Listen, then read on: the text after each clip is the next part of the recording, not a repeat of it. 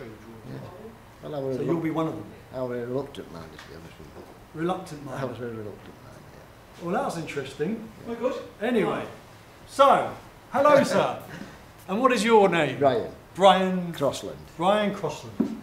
And obviously you were a miner Yes. at one point. Yes. And you're not a miner anymore? No, I've been out of industry a long time. Yeah? Yeah. I had about 10, 11 years. I worked at 3 mines. 3 mines? Yeah. Right. And where were they? Well, my first one was Barnsley May. My second was Woolly, and my third... Woolly? Yeah, and my third was Dodworth. Right. Yeah. Okay. And when did you start? I left school on Friday and I started at 15 on the Monday. Really? Yeah. Gosh. And was that a plan you had? No, that was my parents' plan. Your parents' plan? Well, that goes my against plan the... was to go to art college, believe it. Really? Yes. No. I was offered a scholarship. No. Yes. But I had to stay on a year at school. You had to stay a year in a school to yeah, get the scholarship, as it were? Well, yeah. And my parents wouldn't try for me to... Really? To stay, yeah. Yeah. Gosh. So this is interesting because usually the guys who sit here go, my parents didn't want me to go to the mine, all that sort of stuff, and it's like, you know, they didn't want me to go, and I wanted to be a part of it, and all that sort of stuff. But you're the opposite. Yeah, exactly, yeah. So you were at, what kind of school were you at? I was at secondary modern. Right. You know, just a state school. Yes. And so obviously you loved the art room. I loved it, yeah, I really did, yeah. I used to do a lot of drawing and painting at one time. I used to, I've done a bit of that as well, Yeah? sculpting. Really? I actually sculpted a miner. When I Really? was, yeah, when I was about, I would have been 13, they were crawling actually. And we had a student teacher then, and she took it back with her, so I never saw it again. Oh no! What did you sculpt it with? Solid in clay. Really? Yeah. So how old were you when you did that? I'd be about 13, something like that. Gosh. Gosh, so this is I'm 70 next month. 70 next month. So dates and things can get a bit blurred, you know. Yeah. So your family, your parents, so basically you can't afford to get you to art college or art school. Well, it would have been paid actually. The fact that I won't be earning was the criteria. And you were expected to earn money to contribute to the house? Well, yeah. Actually, I came from a family of 8, Right. and I'm third to the youngest. You were Third to the youngest. third to the youngest. Yeah. You know, so but yeah. It was a bit traumatic on me that actually, because I spent my time, you know, drawing and painting. Right. And, yeah, I loved it. Yeah. You know. And obviously you didn't carry on with it while you were mining or in the evenings and what No, sort of well, that disheartened that, you know. Yeah. Which you know, fair enough. And then of course, you know, your teenage years, and then you know, you start to discover women and things like that. Oh, I got that window. Yeah. You know. Gosh. I did have a second attempt later on in life. And how did that? What did you try fine and do? arts course. I did a portfolio of paintings on one, you know, drawings, which were fine, but I had no O levels, so it wouldn't take me on. Really? He told me to go away and get an O level, any O level, Really? in anything. But then a friend of mine was going for a computer course, and I tagged along with him, and I finished up doing a computer course.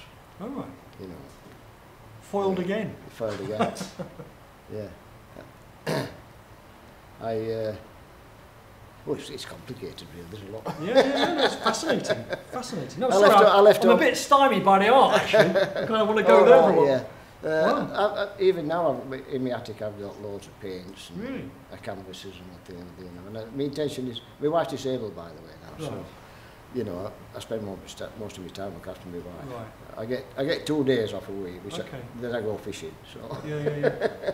Well, you need to by the sound of it. Yeah. Well, exactly. Yeah. Yeah. You know, so I have full intention of getting back to it. Yeah. You know, I have full intention of getting back to it, but my problem is should be an art widow. Right, yeah. Well, I'm married to one of them. You know, so that's, you know. Yeah. So it's a bit of a, Yes. it's one of those. Yeah. So, So you were at school, your dad, mum said, no, you're not going to do this, you're going to do that. So you left school with no qualifications. No, no. Because you just it didn't happen, or you left too early, or what? No, whether it didn't happen, you know, you got what you call then a leaving certificate, unless you stayed on a year, you see. Then you go for right. O-levels and things like that, you know. Yeah. But I did do bad with my leaving certificate, you know, I got quite a few distinctions and one thing and another. But no, the plan was, my parent plan was, you know, the mines, so that's where I finished up. And so, what happened? You went to join your dad's mine? Well, yeah, my dad finished through Engina. Right. Well, we call it the pit. And which meant my mum had to go out to work. Oh, okay. And my mum was a nurse, so she worked regular nights. So we all had this job sort of thing, you know what I mean? But yeah, I was forced into the pit at 15. I went down mines at 16. Let me think now. You got five days training for pit top, and then you got 16 weeks training for down the mines. 16. Yeah. I was actually offered an under manager's course then. I was about 50, but I couldn't take that either because it was less money. Because to train was less money. Yeah. Christ, Yeah. so it really was. So then I was, you know. The imperative was to just get as much money as possible. Yeah, well, As you know, fast as possible. I was there about 3 years at Barnsley Main. I came out at bits. You followed the money. I just followed the money, you know. I had an argument with my parents about pocket money when I was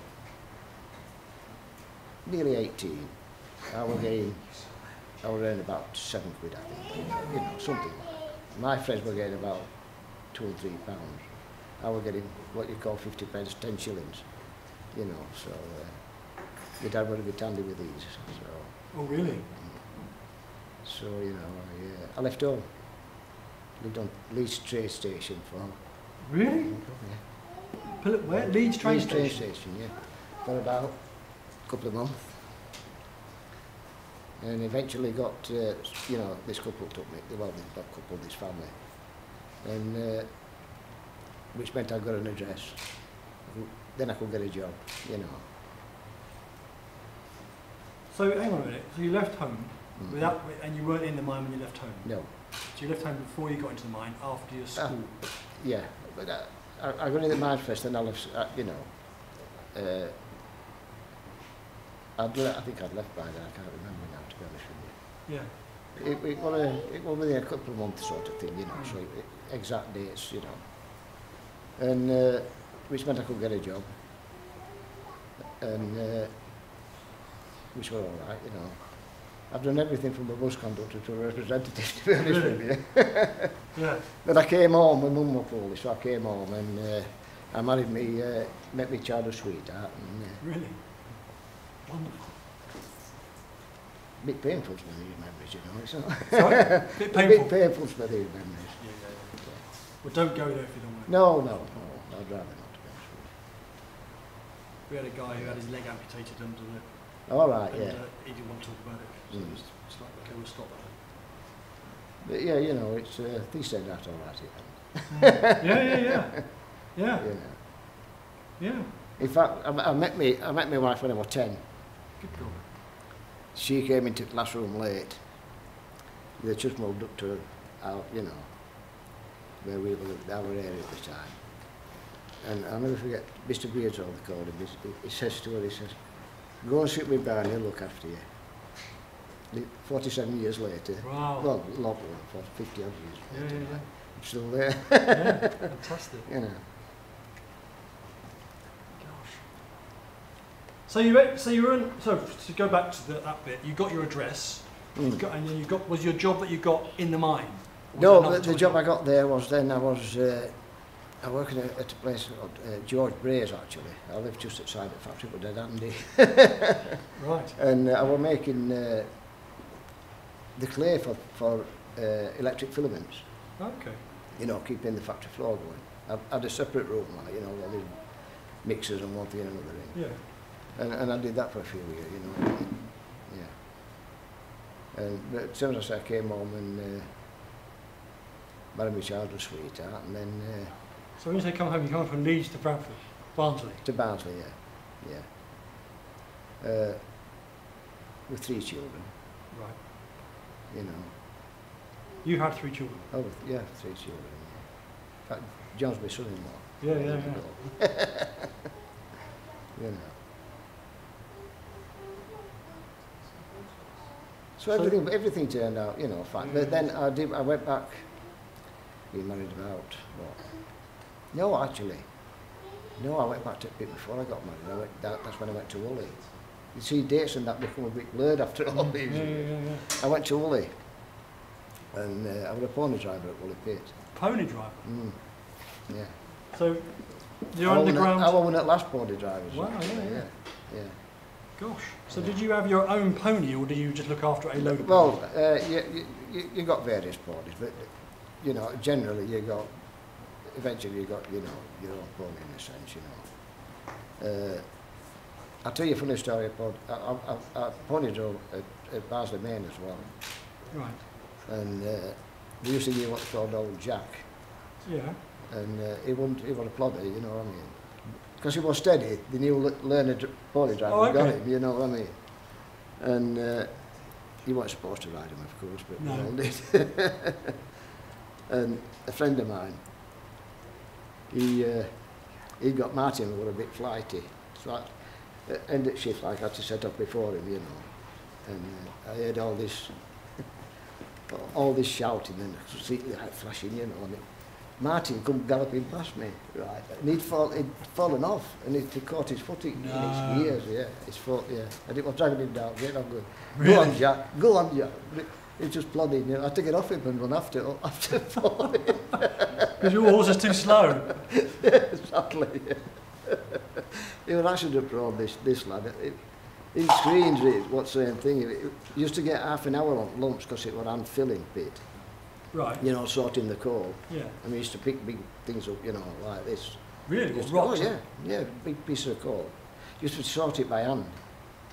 You know, I used to get half an hour on what they call lumps, you know. Yeah. And same lad, it was my half an hour, and he was outside of me getting, you know, the ones a bit smaller, or the ones I miss, you know. And I was just fetching this big piece of coal over, you know, put it on a chute at back of you. And he just said, I could do with a couple of weeks on compens. And as he said that, both ends of this piece of cord broke off and dropped on his leg into a month off. No. He was accident prone, you know, so there we go. Yeah. So running the horses underground. Sorry? Running the horses, the ponies. Was that a nice way of life? No. At Barnsley Main, they were on pit top. They're on pit top? You fetched them out every day, which, you know, I went down pit. Yeah. You know what I mean? As long as I was treated well, you know. I just thought, well, it's just like me going down pit. Yeah. You know, and of course the pony had no choice, you know. I haven't as it happened. There we are, you know. Could I just get a tissue off that? Yeah. We take your jumper off, you're getting hot. It's a bit hot in here. If you want to cool down. I have to go down to a t-shirt. So for some windows? That one would be good, yeah.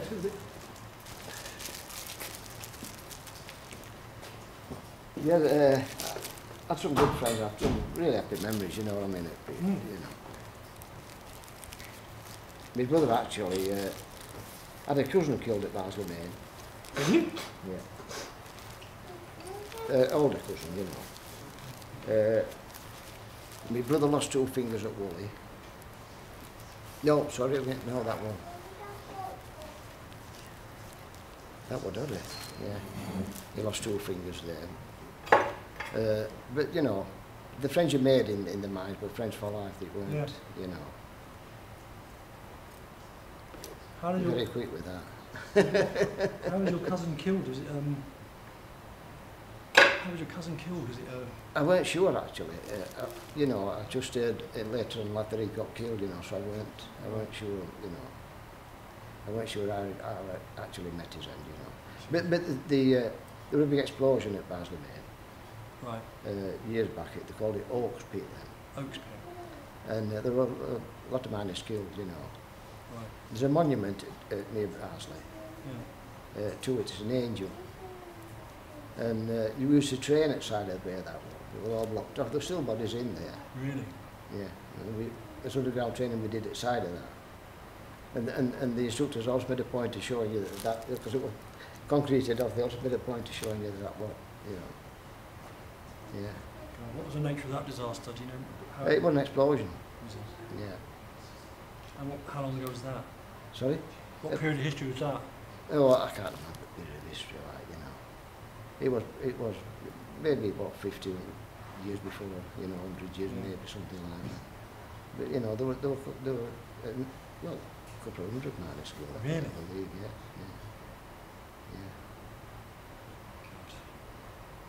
So you were running the ponies on top of the ground, so they were moving the coal. Well, no, they weren't moving coal. They used ponies. The coal used to come up adrift on conveyor belts. Okay. I didn't start as a pony driver at Barnsley, and I started on pit bottom haulage. Right. We used to take supplies into workings, Yeah. you know, and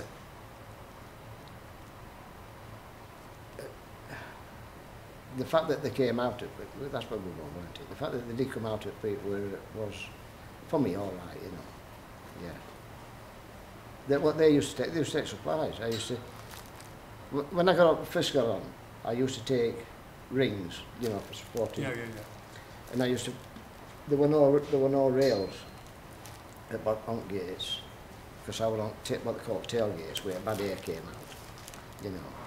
And I used to have to, there's a bend on rings, and I used to put the fish plates which join the rings together in a V, you know, loosely up front, and then I used to put gears on pony, put one on each shoulder, the ring. The pony would drag them up about 2,000 yards. Oh. Yeah.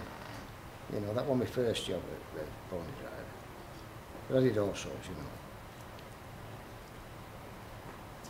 We used to do 3 gates a day, 4 sets of rings up each gate. So those ponies would do. Are there 2 rings on each pony or 1 ring? As with 2, you just tied it to its gears, its chain, and you rested them on your shoulder. You know, your head On your shoulder? Yeah, on my shoulder, yeah. So the pony was in front of you. Yeah, dragging. You were dragging on the ball. And you on had the ball, and 2 things. yeah. So the other ends of them were on the trolley, basically. No. Being dragged by a horse. They were dragged by a horse on the ground. And you were just keeping them upright. Yeah, basically, yeah. So they're like 2 tusks. Yeah. 2 mammoth tusks. Yeah, something like that. There's a bend like that, you know. So there's like a horse, 2 mammoth tusks. Yes, and me with the head in between them, yeah. Wow. Gosh.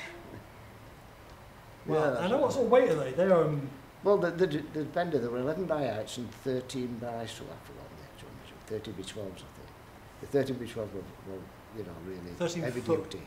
Yeah, by 12. Yeah, that may be the actual span of, once they were joined together, you know what I mean? Especially, yeah. And the 11 by 8s were a bit lighter, yeah. Basically, very heavy girders in a sense. Yeah. Yeah. I weren't 7 stone, went through at the time.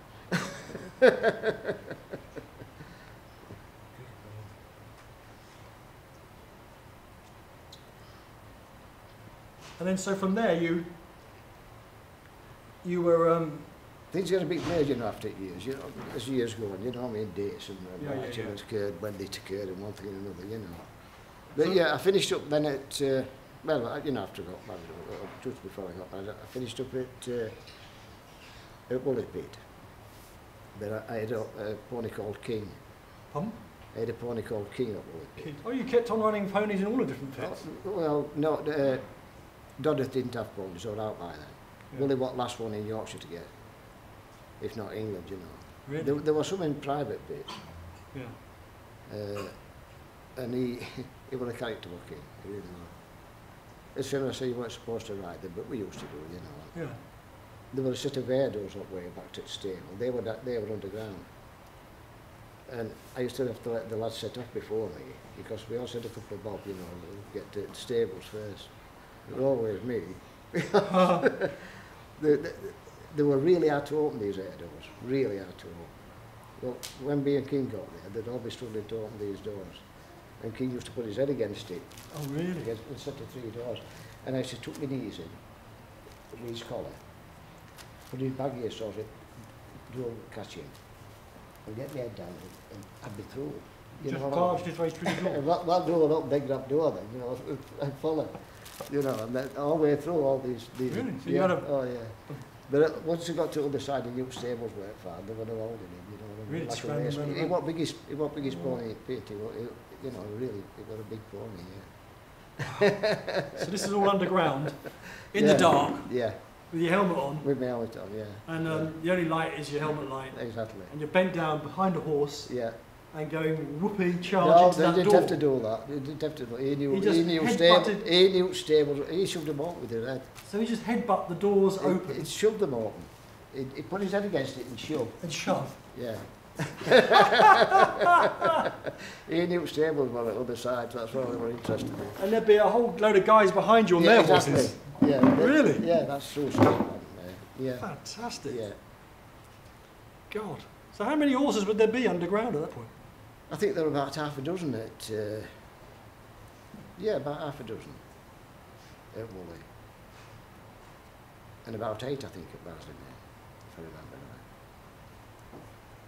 And So- Dodworth were, you know, haulage again at Dodworth. But I also, at Woolley, I was saving for a car, you know, and it cost me £32 this car from Botry, car sales. But I had to work nearly 2 months at treble shifts. I used to work 2 a week to save £32. Travel trips. Yeah, that was the first car then. So I used to do the day shift, then I'd work, my day shift outfit, then afternoons in screens, and then nights I'd do it in wagon road, you know. Screens. We collated to wagons, to railway wagons, Okay. What's the screen? you know. Sorry? What's the screen? Screens, that's where the coal was sorted. Right. But Woolley were a machine, you know, a machinery, so it was sort of automatic, you know, so to just watch the shakers, you know, make sure that nothing got actually caught, you know what I mean? So like giant sieves, really.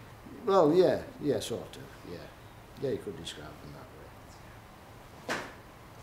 So when you say you did treble shifts, I is did this 3 shifts, what, in one session? Yeah. One after the other? yeah. How long? What is that? Twice 18? twice a week I did that. Is that 3/8? 24? No, you had 7 hours then. In fact, you know, it was 7 hours in pit. So 21-hour Yeah, shifts. yeah. Yeah, and that for about a couple of months to afford £32, so you weren't well paid, were you? Jesus. Yeah. And it was at Woolley actually that it was first strike Arthur Scargill. I knew Arthur Scargill when he was a shop steward. Did you? Mm. Me and my wife used to go play bingo with him. Really? In Swaith Club, yeah, that sort of thing. Did he have the air of A couple destiny? of times, you know, not. I knew him anyway, you know, I knew him personally, like in a sense. And yeah, he was shop steward then. Was he a tricky bugger? Well, Arthur Scargill looked after Arthur Scargill. Oh, really? Yeah, you know. And everybody's got their own opinion, haven't they, you know. I don't want to be liable myself here. I've heard a lot of opinions, don't worry. You know. Well then, on first strike, my son, my second son was, I had a daughter and a son then, and my son got bronchial pneumonia and he had heart failure. Gosh. And my daughter was, the house we were in, I was without coke a couple of weeks I think. And no, a couple of days, sorry. And with ice inside inside the windows. There were single glazed then windows, metal frames, you know. And he'd heart failure, and it turned out all right like that. I'm getting mixed up again. That was at Dodworth. Nah, that was at Dodworth, yeah. Anyway, he'd heart failure and that, you know what I mean. So I had a bit of time. I had to finish at Dodworth because I had 3 months off with my daughter was in oxygen tent outside of him actually, but she weren't as bad, you know. She was ill as well. Yeah. She was ill with him. Yeah. What, with the same? Yeah. Well, no. She just got pneumonia. You know what I mean? She ain't got bronchial. She wasn't as serious. Is this because the house was so cold? Yeah. Yeah. Exactly. Yeah. Yeah. Yeah. Well, I got a gate. Then I used to. I used to go Gobber Pit, where about 2 miles off where I lived, and I used to get pram, a couple of sacks, and there were a chute, you know, a hopper in Wagon Road in Pit Yard, and I used to go upside of the garage, under the chute, fill me 2 bags of coal, and on our way home, you know what I mean? So we weren't without coal that long. Yeah. You have to do these things, you know what I mean? It's God, just yeah. It It sounds hard. It sounds like a hard. Well, it's, you know, I had an easy life, you know what I mean? But who else, you know what I mean? It's, you know, it's just one of those things, isn't it? You know. I come fishing at Doncaster, actually. Yeah. That's where I come fishing. A place called Ayfield. There's a giant lake in Doncaster I saw the other night. There's a Sorry? massive lake I saw in Doncaster. Oh, yeah, there's quite a few, actually. Yeah. This one holds biggest angling competition in England. Fishermania, they call it. Yeah, I'm friends with owners, and I'm friends with. I've met some another friend down there. I'm friends with everybody down there. So it's social as well, you know what I mean? Yeah. It's not all fishing. It's not all about fishing. It wasn't all about mining, was it either? Sorry? It wasn't all about mining either, was it? Well, no. Did you enjoy the community of mining, or were you alone? I did. No, I did. Oh, I met a lot of friends, you know. I really did. I mean, I could relate to all sorts of things, but your memory gets a bit blurred, especially when you start talking about it. If you're not, well, to be honest with you, I'm not in a relaxed mode. No. You know what not I many mean? people are in this scenario. So you do tend to get things backwards way around, don't you? So you didn't resent mining, even though you were forced to. Not forced, but in the sense of. Well, I mean, you did. I mean, because you left home. Yeah, I was forced into mining. But you left home, and then so you obviously left and didn't see your parents for a while. That's right. I came back when I was about 20, and that's when I really met my girlfriend. Ashton at my school. You know, we went through school together, and we'd about 5 years apart. That's all. You know, so that's 69. What's that? 64 years I've known my wife. Wow. You know. Yeah. And I said to marry me the night that I. It's fascinating me, you know. Yeah. You know, she did. Yeah. We were married within 6 months. We eloped as well. Where did you elope to? We eloped from Blackpool, actually. Her parents, well, her father, she was a bit scared of her father, talked her in, you know, to go on Hollywood, saving to try and get married, you know. Holyrood? No, he arranged for us to go on holiday. You know, he wanted us to go on holiday, which meant we had to spend his money, you know what I mean? Yeah. But we were trying to save to get married. And there were a row there at, this was Wednesday. No, Tuesday evening. I'm not going to go into all the detail of that, like, but I just I said, well, I've had enough and I'm going, you know, it's just when I'm coming with you. And all the clothes all cases were in the dad's room. So about 11 o'clock we left at night. And we mentioned the clothes under her arms. And we walked from Blackpool into Preston. About 30 miles, isn't it, something like that. Yeah. And funnily enough, in that hotel, I was talking to a chap the night before, and he was about cost of living at Bar. He seemed a real nice chap. And next day he went out and he shot a police inspector dead. He robbed his jewellers. Sealed, they called it. And you were fraternising with him the night before? Yeah. It's strange, isn't it? Hell. Yeah. And they were in a room next to my wife. Yeah. Really? Yeah. Police stopped us on the way back, by the way. We were walking, don't forget, and they stopped us. you know, for all the clothes and things. And I told him what to do with finish, you know, all him have to do, you know. So you walked to Preston? Yeah, we walked to Preston, yeah. We got home on the Wednesday. Had to borrow, my mum had died, you know, previously, like, so my dad lent me my mum's ring to get married with. And had to pawn my watch and Shirley's watch to a Fort licence. And we got married on Saturday. Yeah. And the father came for a Saturday night. Her father? Yeah. We, back off holiday. Yeah. And her mother was lovely, by the way. I really got on with her mother. And he got me by the throat, you know. Really? Well, I shoved him, you know, I shoved him out the door. And he threw my nephew's trolley through my brother's car window. I'll never forget it. You threw what? My brother's trolley, you know, you used to get them trolleys. Yeah. Through my brother's car window, you know. And because I just said to him, it was too late now, she's my wife, so, you know, she's not going anywhere. So Bloody hell. he got from £13 at the time for criminal damage. So. Really? God. Yeah. So he wasn't best pleased then? No, he weren't best He pleased. got a fine as well as a... Yeah, yeah. But, you know, he wasn't a nice man, you know. People thought he weren't really. Was he a In minor? private. Yeah, oh, you were a minor, yeah. Yeah, he was a minor. My wife was frightened to death of him, you know.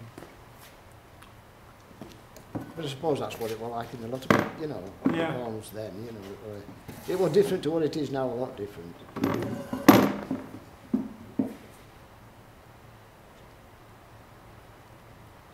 Yeah.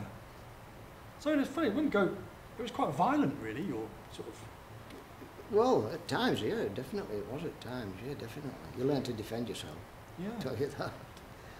I weren't very big, but I was very fast. Yeah. Gosh.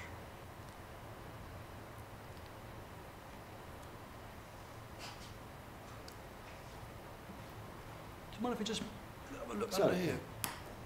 I might put the colour in later, but I've got to know where it's going. It's amazing me that what you're doing there. Yeah? I won't show it to you, you might be disappointed. Oh no, I don't think so. It's quite stressful at this place because you just think, I'm I'm never going to get there. I'm never I'm gonna get there. disappointed these days when I look at mirror, so there's no, you know. Sorry? I'm disappointed when I look at mirror these days. Yeah. I know the feeling. Yeah, I've done loads and loads of jobs. So I've nearly three mines, you know. When my son got ill at Dodworth, I had a 3 month off with him. And personnel manager got me in, you know, he had to let me go. You know, union with him as well. So basically, he sat me, but he said, if you want to come back when your son's whatever, you know, you're welcome. Like. Plus, if you want to go anywhere else, I'll give you a good reference. And he did give me a good reference. But how come, you mean you had an ill child, or 2 ill children, Yeah. and then they sacked you? Oh yeah, after about 3 months, yeah. Oh yeah. Union didn't have much to say. Yeah. He was very nice about sacking me. It weren't, you know, it Yeah, weren't, so I've got it. you know, it weren't, Yeah. you know, excessive sacking sort of thing. It's just like you can't do it anymore. Yeah. So how long was your child ill? About 6 months in total, you know. And I mean, when you were saying you have to care, I mean, was he literally... Well, you know, he 24/7? did heart failure one thing, you know, and he was in hospital quite some time, actually, 2 months, you know. Yeah. We didn't know he had heart failure, actually. We just got a message saying he had a turn for the worst, and we took him straight to hospital. We'd already just come home. Gosh. And the nurse just said he had a coughing bout. But then they discharged him. Doctor told her there is a heart failure. And I said, well, I didn't know that. Nobody told me that heart failure. He says, well, didn't they, you know, the sister, you know, his son, did they? I said, no, didn't said the thing. And he got it really, gave it a real roasted. You know. You know, he's fine, you know. He didn't, he hadn't stayed with him, you know. How old was he? I think he was You see, there we go again now. About 6 months old. And this is all from living in your cold, cold house? And strike, you know. And the strike? Yeah. Yeah, oh yeah. Yeah.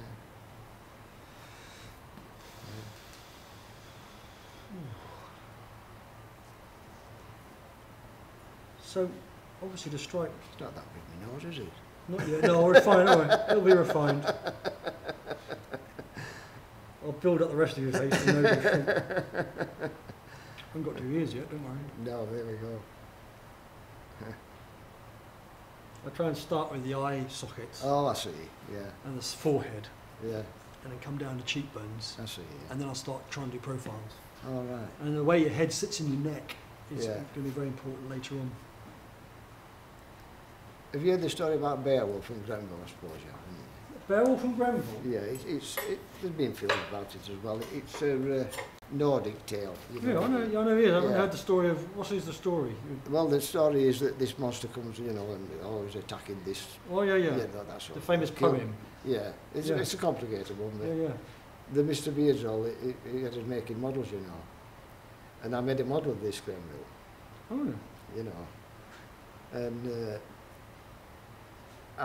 when I left, my younger brother was still at that school, and I went up to other school, you know what I mean, and he was still there. This is in junior school. But he left when my brother was there, and he says, I'm taking a lot of memories with me. I'm taking this, my student there. I never kept anything. really? They're all taken by people who wanted them. Yeah. Gosh. And that was a clay sculpture, was it? Yeah, yeah. God. You know, I suppose you didn't even get photographs in them days. Well, no, definitely not. He was best teacher, you know, we all loved him. He was a smashing teacher.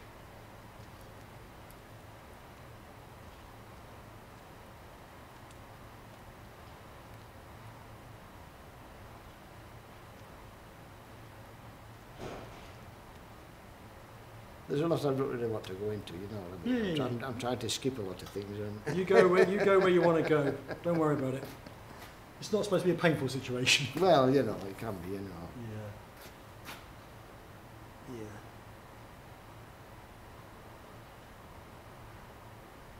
Well, if there's any consolation, I was saying to someone in the last film, there's 40,000 artists in London, Yeah. only 500 can make a living.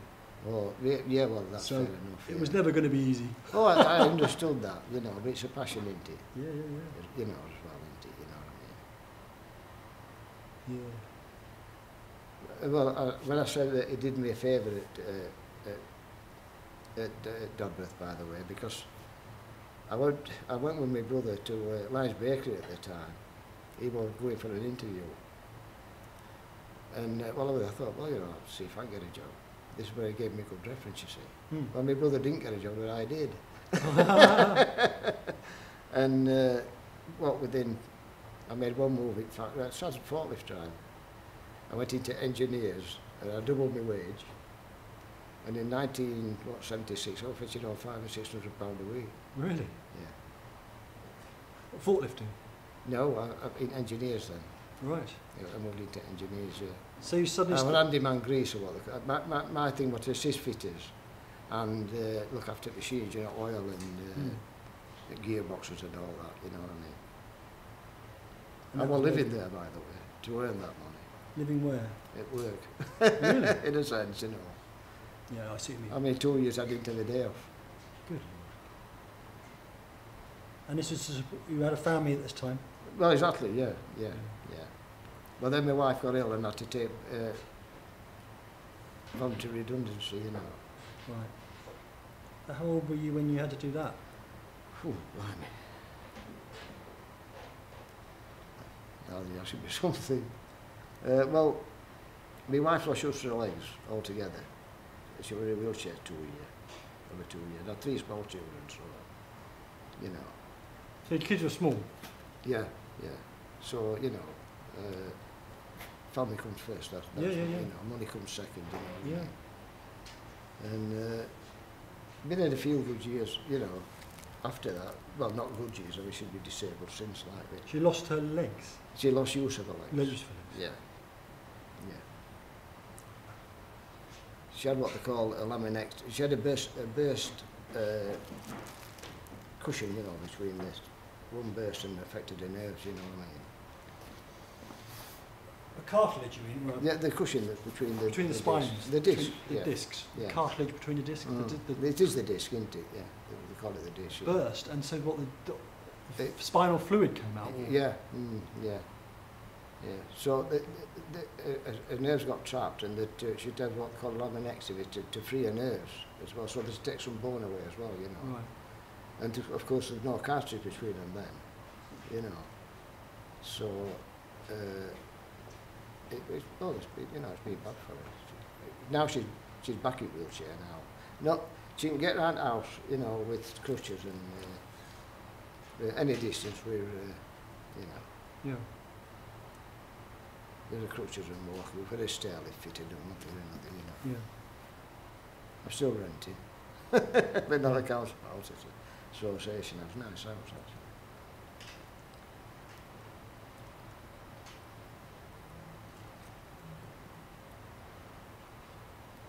And they're a good landlord as well, you know. Yeah. So you've been a full-time carer? Yes, I'm a full-time carer, yeah. That sounds like they've been going for long since the kids were small. Yeah.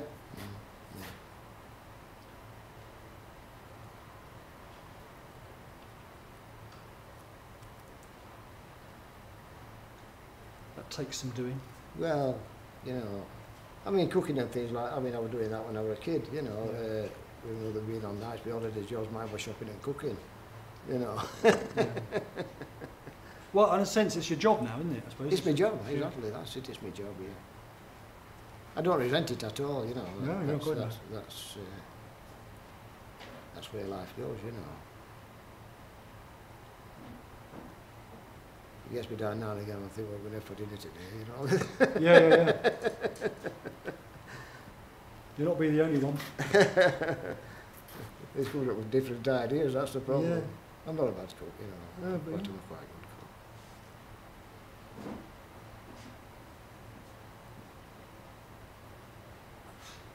Usually takes me about a week to do a portrait. This is an insanely ridiculous brief.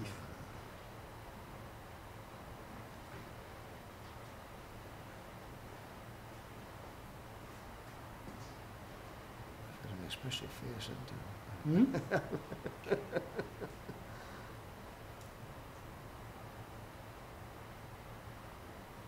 I don't resent my you know, I didn't resent my parents, you know, I mean, knowing what I do know now, what predicament my parents were in, which I've found out since, you know, my eldest brother's death, he had a lot of documents or one thing or another. Oh, really?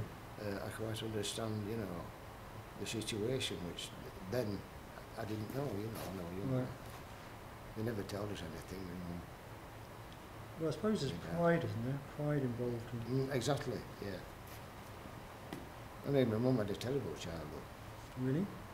She was to go on local mugstats picking coal. And she was, you know, really young. Get a bag of coal, take it home and sell it. Give your dad money and he'd go out boozing and they'd be home with nothing to eat. Really? You know. How many children were there? It used to take about 7 coppers to hold him around a little. 7 coppers to hold him down? Yeah, to arrest him. You know, they used to call them blue devils then. They really used to, you know, they used to go crazy. Yeah. So, you know, my mum wanted nice things and I don't blame her now. I know what situation was, you know what I mean. Yeah. I had a great childhood. Working age when things started, you know.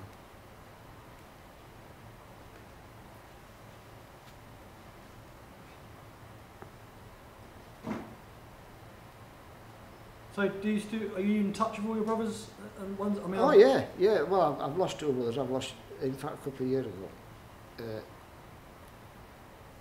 My elder brother died, and my youngest brother, the youngest one, the same year. Yeah. The youngest one was a shock. Although, you know, he had been poorly for some time, like that would be a shock. Did they all go into the mines? Yeah, yeah, yeah. All lads went into mines. Did you have sisters? My sisters went into sewing factories. So what factories? Sewing. Sewing.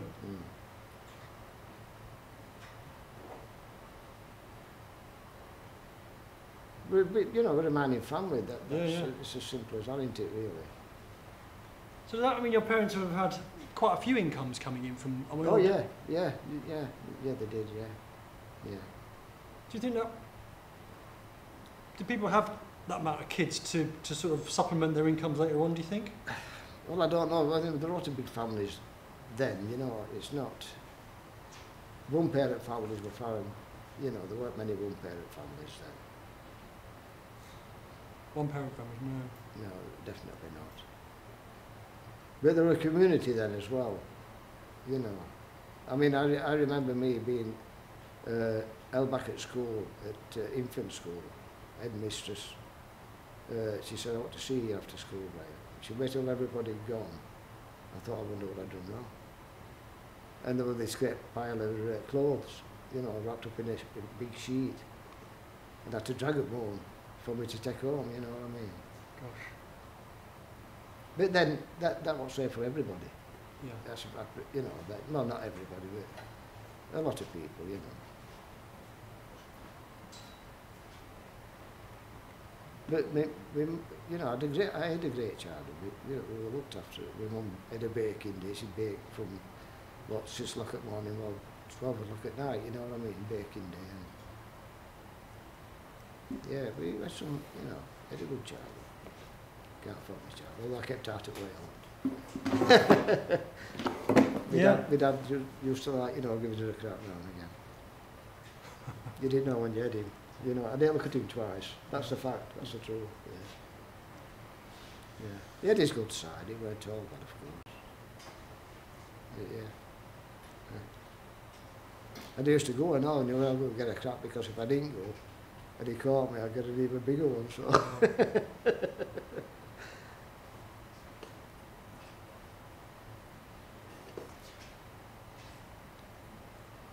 You comfortable now? Yeah, I'm fine. I've could be cramping this leg. I do suffer from night cramps actually. Which I leave it there, right there. I don't normally get them in day, but at night I do. You know.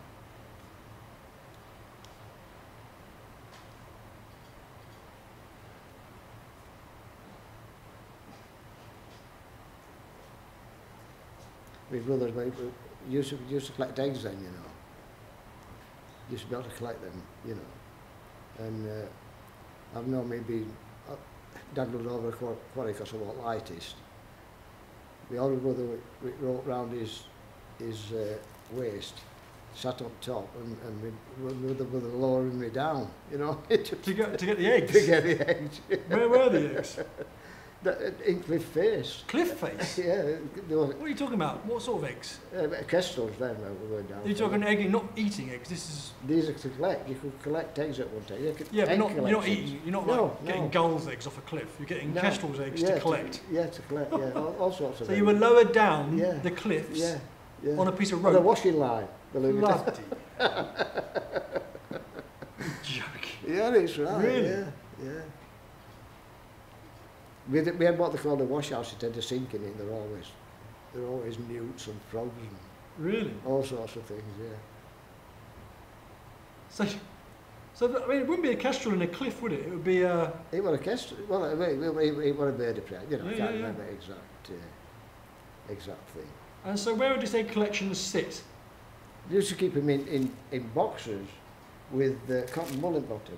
You know, cardboard boxes. Really. Mm. And were they a pride and joy? Oh yeah, everybody used to go, or nesting it was called, used to go nesting. How many eggs what was the pride of the collection?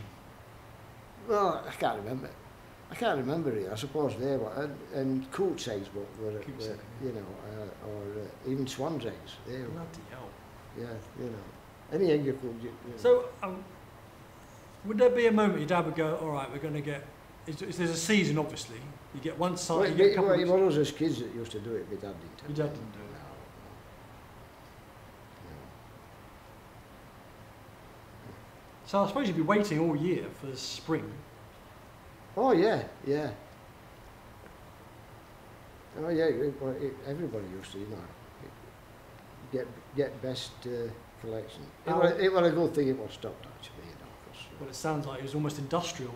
Well, it must have been on, you know, because everybody used to do it. You know, so there were several lots of kids then. Yeah, 7 a family. The woman has like 20 odd. You mean Burgesses. Some had 20 odd kids. Yeah.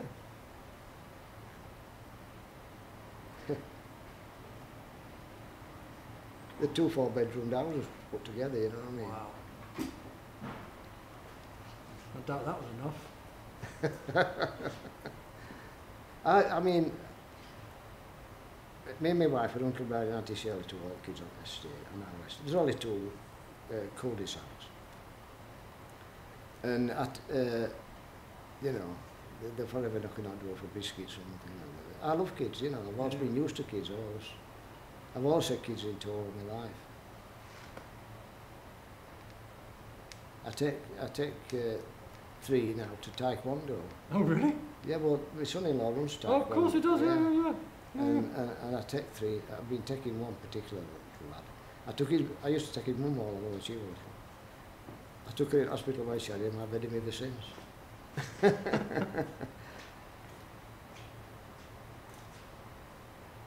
But I've always had kids in tow, you know, smashing kids.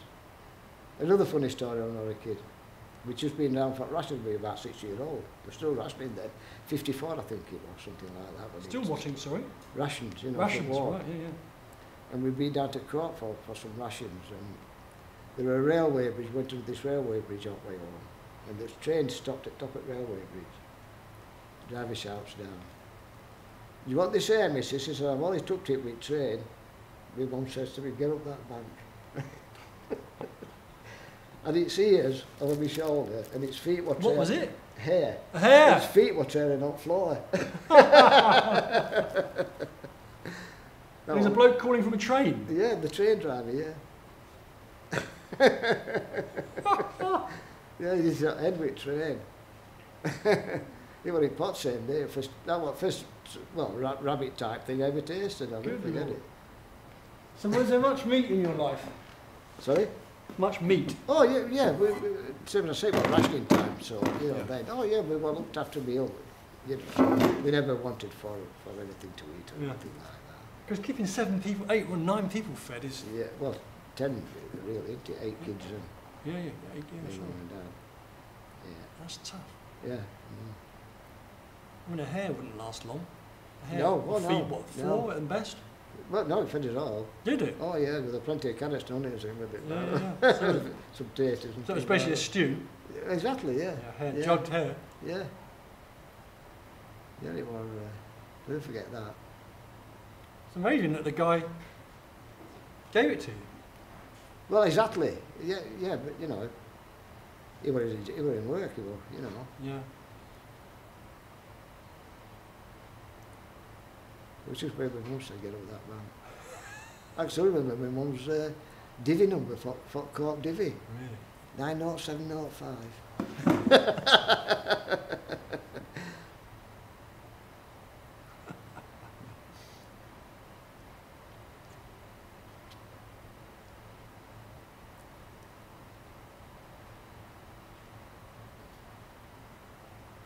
Yeah, to get back to mine, you know, I met some marvellous friends. The friends for life, you know.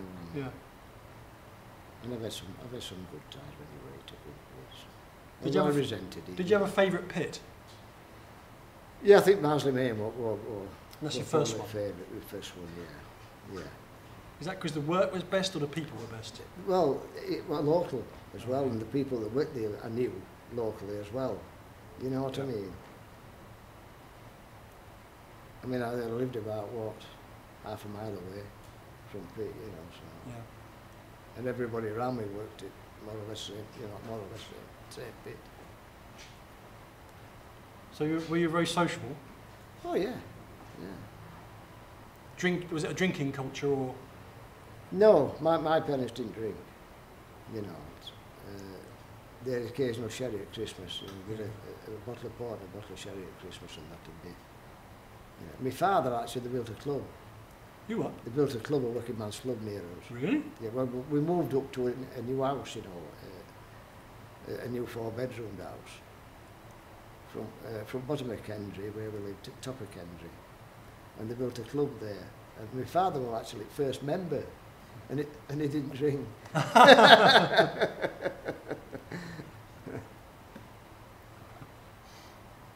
That's where I re-met my wife again, in that club. Is it still there? No, it's not down now. I first met Charlie Williams there, actually. Who's Charlie Williams, and yeah. Who's Charlie Williams? The dark comedian. He's oh, right. Yeah. He's famous around that way. Well, he's famous. Do you remember Golden Shot? Yeah. He used to do that. He used to come on that, yeah.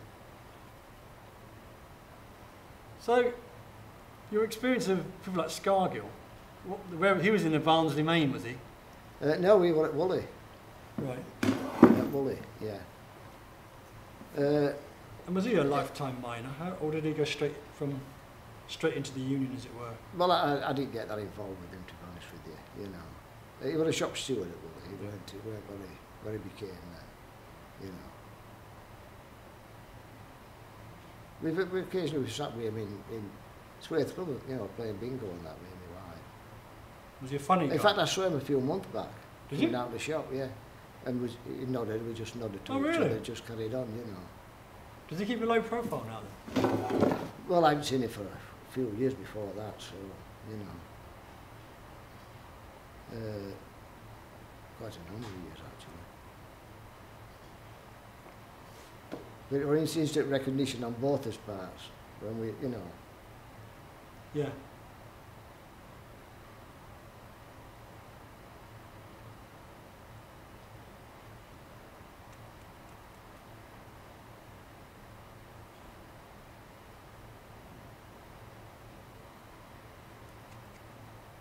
The things you used to have to carry on your belt as well that people it wasn't so bad, you just had the battery at one time, then the self-rescuers came in and all this sort of carry on. Self-rescuers? Yeah. What are they? It was like a mask to help you breathe, you know, in case of any gas. And that was the pipe that went down your back? I never got occasion to use it. Yeah. They didn't open it unless you needed to use it, you see. It was like a sealed unit, you know what I mean. You could open it, but you didn't open it unless you needed to use it. So I never got to... you were given instruction how to use it, like, and I can't remember how it actually went.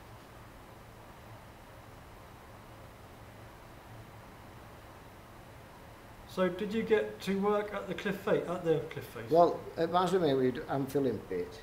I used to take the timber up to end up facing the man, you know, the colliers had drag it in what they needed. But I used to go on and help them when I'm filling them, you know, shovel and pick. And I used to go on and help them when I'd done what I'd done. And they used to give me a few bob a week, you know. So I've been under the, yeah.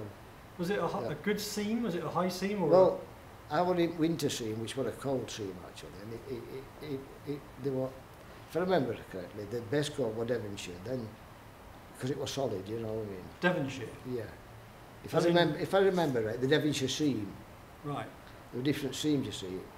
Winter seam were a bit flaky. So winter was more for power stations and things like right. that. So winter seam was the name of the seam, not the name of not the the seam. season in which you. No, exactly, no. And there were Kent thin and Kent thick. Oh. Kent thin was only, you know, then Kent thick you could stand up and, you know, and mind that sort of thing. You know. So did you work in all of them? Yeah, occasionally. Yeah. Well, especially taking from pit bottom haulage, you see, I'd take it all, you know what I mean, to different seams. Yeah. Yeah. Delivery boy.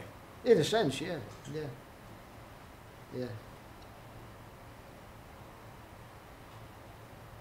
And there was a lot of dodgers, by the way, as well, you know, terrible.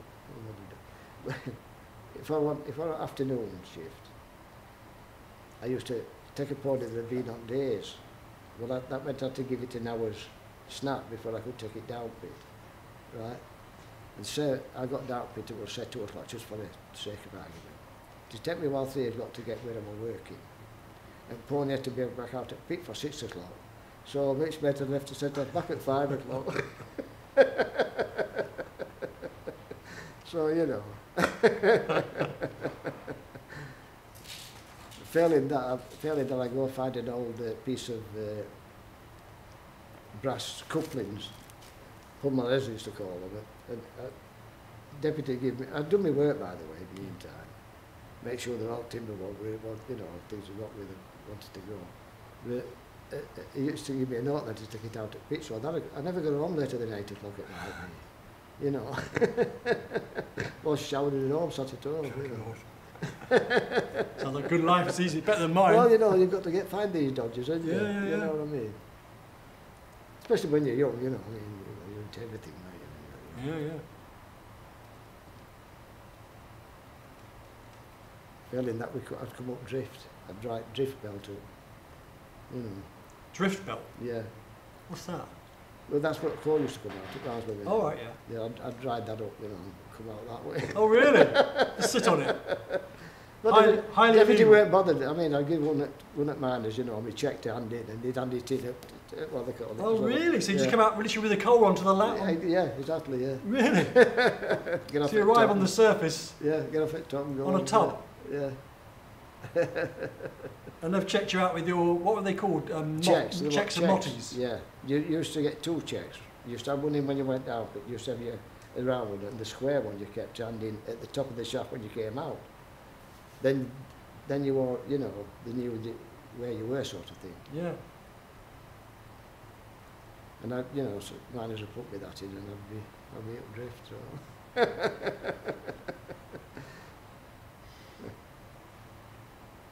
You guys are always laughing.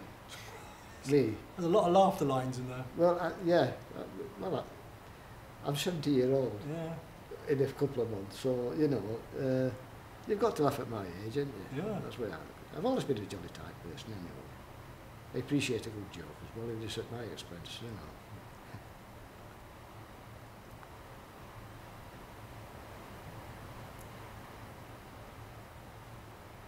We looked after where we go fishing with my friends, you know. We really are. Just a bit like royalty sometimes. Really? Oh yeah.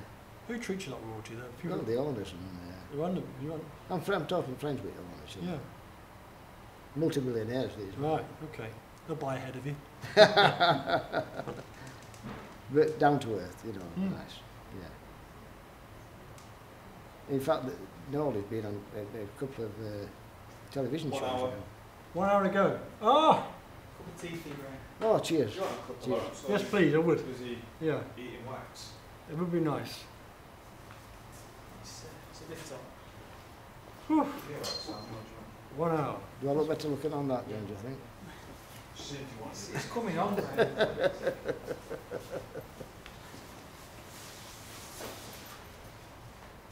Oh, blimey. You're thinking about young. I'm afraid they all look like the last guy got away with looking younger. I don't know how it happened. It's very rare. It's quite expressive, that is.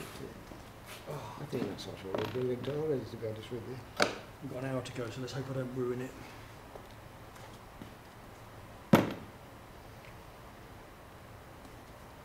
I had a pony at Barsley called Mousy, and he had to be left in dark. Mousy. Mousy. That's pretty unfortunate for a pit pony. Yeah, that was his day. He had to be left in dark. On certain gates, when I pulled his rings up, there was stowing belt. You know, I used to get up and jump off belt and come right belt down, and he'd get off belt at the back of me. No. He would, yes, on certain. When I get off, pony would get off. You're joking. He would. Yeah. So what does his belt look like? What does it mean a belt? Well, it's a conveyor belt. So he's standing on the conveyor belt. Well, it's just a long piece of, you know, thick belting stuff that a continuous. Like loop. a travelator in an airport. Yeah, sort of thing. Yeah, yeah. We used to make his belts for his trousers and that out of that belt. Really? Yeah. Oh, he had to be left in there. That's comical, isn't it? Yeah. I mean, it sounds like a real relationship with these animals.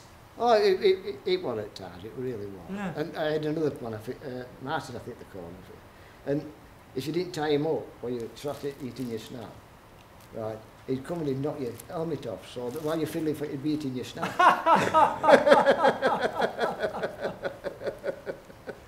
I mean, they're real characters, Oh, aren't yeah, they? definitely, yeah. Yeah, they really were. What sort of age did they get to? I wouldn't know, to be honest with you. No, I wouldn't know, really. No. But, you know, they all had, same as Jack, if you, it pulled 2 tubs. If you put a third one, it wouldn't move. Really? It counted tubs, it count tubs. If you put a third one on, he would not move. You know. He wouldn't even move for a spangle, the old spangle. He wouldn't pull 3 tubs. Really? But if you loaded 2 tubs heavily, Oh, he'd pull them. with a similar weight, It's still... the third one, he would not, you couldn't, whether they were counting clicks as you're coupling up or what, I don't know. But, you know, he definitely would not pull 3 tubs. Wow. He could only get so much weight in a tub anyway, so, Yeah, you know, yeah. it weren't that you could really overload them, you know. Because, I But mean, the he more won't tubs, learn, he won't put learners in, you know. but the more tubs you could get out, the more money you got. No, oh no, No. we don't want a bonus No. thing, no. So there's no incentive for you to couple up. Oh, no, no. As long as you got your material up to face, that was your job, to get the material that were there up to face, you know. So as they weren't short of any props or anything like that. Yeah. Yeah, I suppose this is about, they're not getting, I mean, I've spoken to bottom left guy there, and another is Keith. He was talking about, tubs. So you're Yeah. sorry, you are talking about tubs. Because you're half the time you're taking your mammoth tusks down one way, the other Yeah, way well, you're taking tubs to get the stuff Right, out. what we do, we'd get what they call a flat tram to take the, we'd load, if I remember it, about 4 sections on each thing, right? We'd take them down one at a time, down to the gate we were going to. On a flat tub with a railway thing, you know, flat Yeah. tubs, to support the ends. Yeah. And we'd take them down, lower them down, you know, incline, to gate we were going to, with pony as well. And then we'd unload them there, you know, do all lot, and then we go down and drag them all up, you know, like that. Right. Yeah.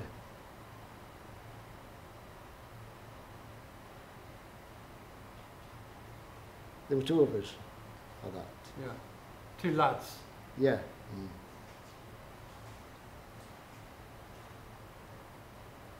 So do you think you'll take up art now when you got a bit more, when you're retired? Well, that's my intention, you know, definitely, yeah.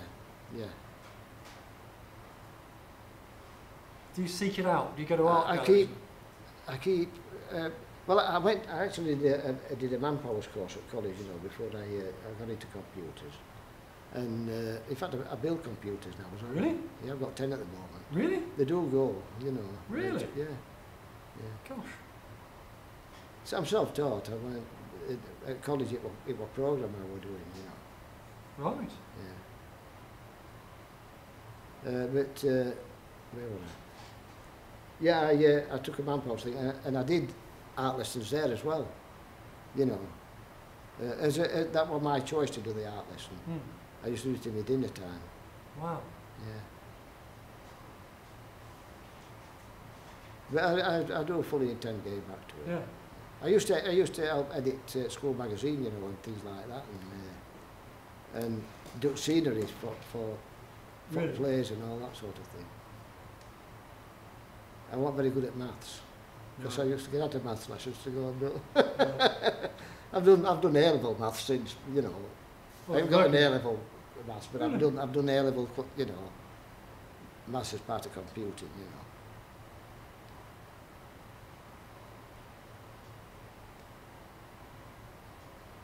So what made you go to computing? Well, it just happened, I suppose, you know. I mean, I suppose I was interested in it anyway. I mean, Well, I remember a lad at Lyons Bakery, he was on about program. We used to have to, he used to say, well, what I do, I write a program, because you used to type them in at one time, you know, on the small type computers. ZX80, we were worried about that, but anyway, that's not the point of it. So you had extra and I couldn't get my mind around the fact that I used to type these things in to make computer work. Yeah. You know what I Code. mean? Yeah, well, it weren't code, it was basic. Oh, okay. You know, you do it in basic language, you know. And I learned machine code at college, by the way, and all sorts of things, bookkeeping, all sorts of, you know. But I couldn't get my mind around that, and when it was certificate I went for, which is quite a high thing, you know. And I just really what you wanted to do, so it just sort of happened, really. Mm. You know what I mean? I mean, when I was refused that art thing, I was a bit gutted again, you see. That knocked me back, you know, I was quite upset, actually. Is this when you were a kid? When you were No, this is when I was an adult. This was So you were refused the fine arts, yeah. You were refused yeah. again? Yeah, yeah. He told me to go away and get an O-level. Oh, that's right. Yeah, Sorry, in sorry, anything, sorry, sorry. Yeah, you yeah. know. So, yeah, but I do fully intend getting back into it. Yeah. So how old were you when you were rejected the second time? What was the sort of, was that with family? 30 or something like that. So you had your family? Oh, yeah, So you were intended to go back to college. yeah. How were you going to planning to finance it? To pay for it. Yeah. I got a grant. Oh right. So Yeah, you got I everything sorted. Yeah, yeah, I got a grant, yeah. God, that's bloody awful.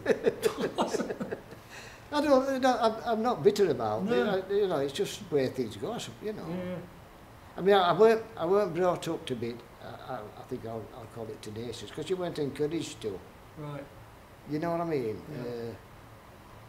You weren't encouraged to better yourself. It's as simple as that. That's interesting, isn't it? Yeah, and it sort of, it becomes, you sort of like that if you get, I can't really get out what I mean, but it sort of becomes a way of life. Is Yeah. all it way I could say. You state there's what's the word? You kind of knowing your place Yeah, yeah. becomes a more or kind of a less, way yeah. of life. Yeah, sort of thing, yeah, yeah. I've had quite a few missed opportunities, you know, which I'm not blaming anybody, or No. it's just where life goes, you know. I mean, I respected my parents, I love my parents, you know. I didn't feel any animosity towards them or anything like that. I'll tell you a funny story and all about my dad. When we got this new house, he wanted to do some paths round back in the garden. And he'd heard there was a pond where we lived. They called it Swanee. Actually, it was, that mining disaster, that used to be its shaft. Oh right. And it was filled with water, you know what I mean? And it Yeah. became a fishing pond. But there was a pump station down there that had been knocked down. There were a load of house bricks.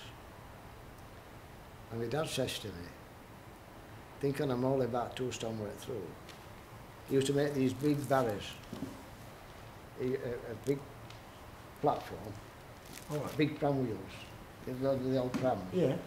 with a turntable at front. All right. And he says, go down to Swanee and get me a load of bricks, I'll give you 10 shillings. Right?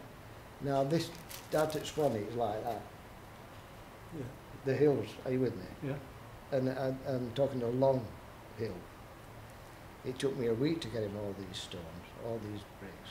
Mhm. He gave me a shilling. And because I complained, he gave me a crack and took shilling off me. Oh God. So I don't know. It's funny now, but at the time it was. But yeah, I did all that for a crack.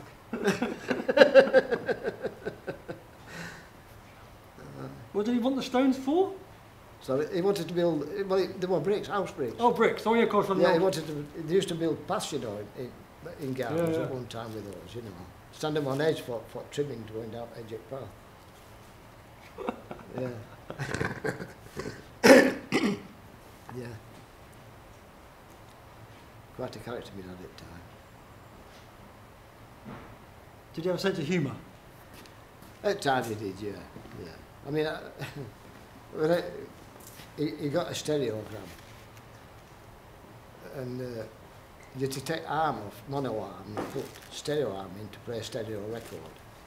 And I'd be wanting to go out with, you know. I come downstairs, try to sneak past him, he'd every time. I'd say, come here, Brian, listen to this. Just listen to this. And I'd be there an hour. No, music's coming from over there now, isn't it? It's coming from over there now. You know, I'm just wanted to get out sort of thing.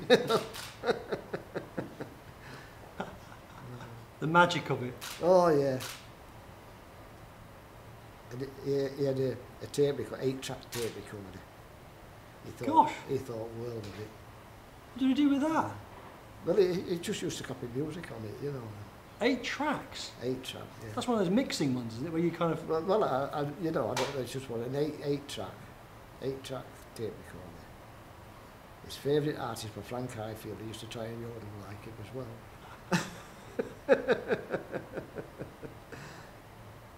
I still laugh when if I hear that, you know.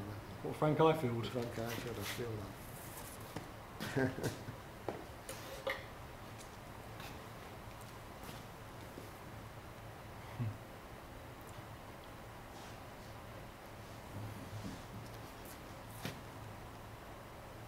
Did he like it down the pit? Was he a happy pit man? At times, yeah, it was hilarious at times, yeah. Yeah.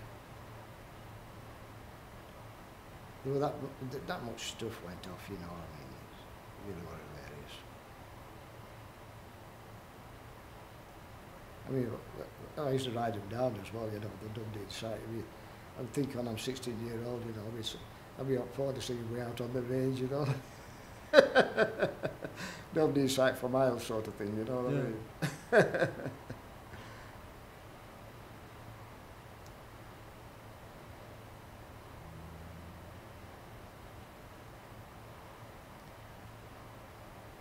Another friend of mine, I was once sitting, you used to have to watch sometimes, wear belts, they come to an end, they'd be shielded to go on to the next belt, you know what I mean? You used to sit and watch them on occasions, gear heads they call them. And I was once on this particular gear, and I had all this, they were a swilly, you know, about that deep in water, you know, for about, 50 yards. You used to have to stand up rails really so you didn't get wet through to get past. And I had all this splashing, and another friend of mine came running up, he said, I said, what sort, Ralph? He says, I've been hearing footsteps at the back of me. He says, it scared me to death. He said, no, it is echoing. It scared me to death, so it started running. And he was absolutely wet through.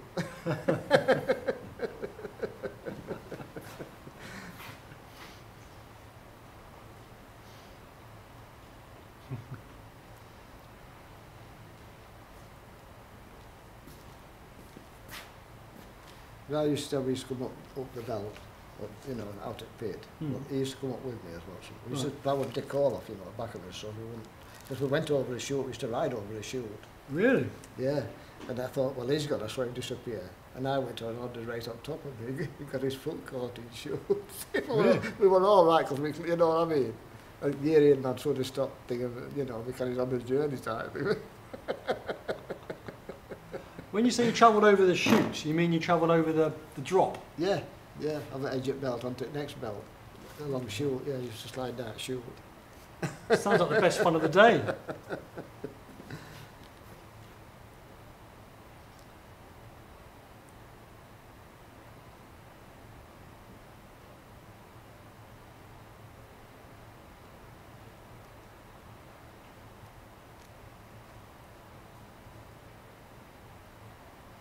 There's some real characters as well, you know. Old Jack in the Screens, he actually got his arm caught in a gear head. It pulled his arm off. Oh, Christ. And he used to sweep up on picked up, you know. He was a real character. With one arm? Yeah, he was a real character, you know. Always laughing and joking, you know. And he used to clear up round that gear head that took his arm as well, you know.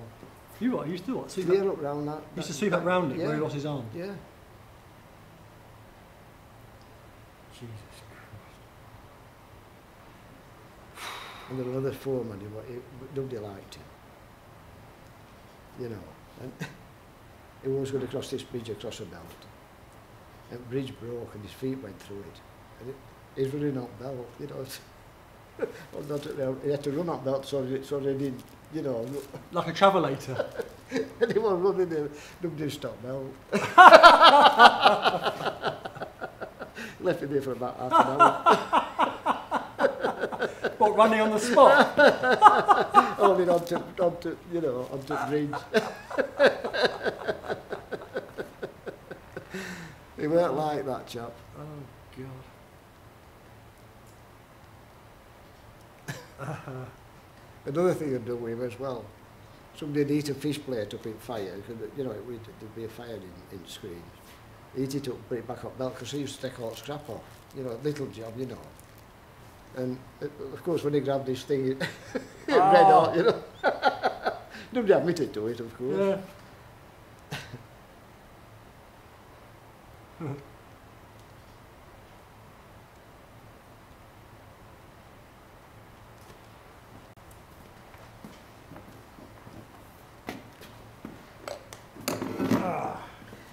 So what's the thing? You're going to build a load of these heads then?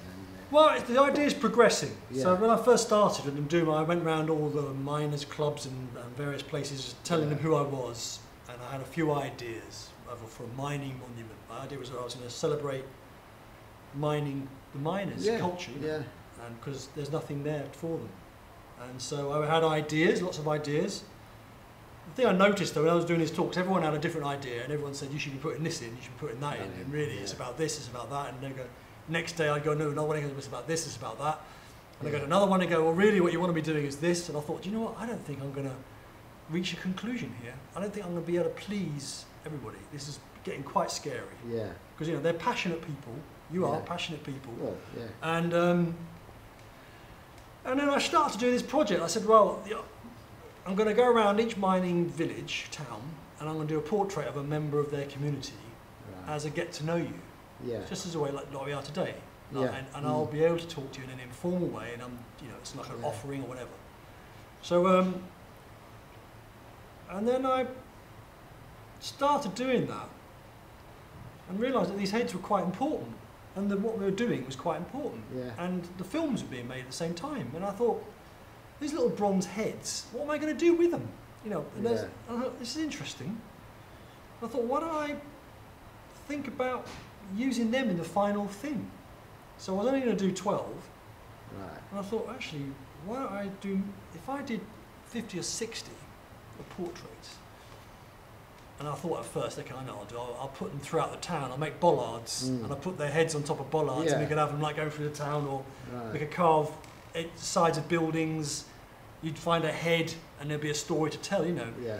And I thought, well, that won't work, and I thought, okay, what about if I just did that in one place? How am I going to get 50 or 60 heads to look good?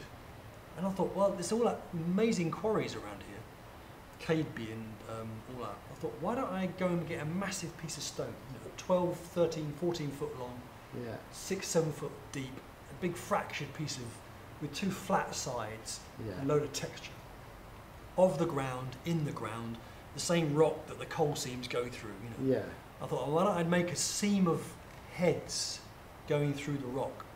So we cut out niches and have them all in a kind of a scattered kind of seam going right round. And in each niche, you put a head. Right. So I'm thinking that 50 heads could look good in these niches. So I brought one, and they'd be like little jewels. You go and find these kind of glowing jewels in the rock. Yeah. And then on the way up to the sculpture, there'd be mining tools and a hat, a lamp, all in bronze.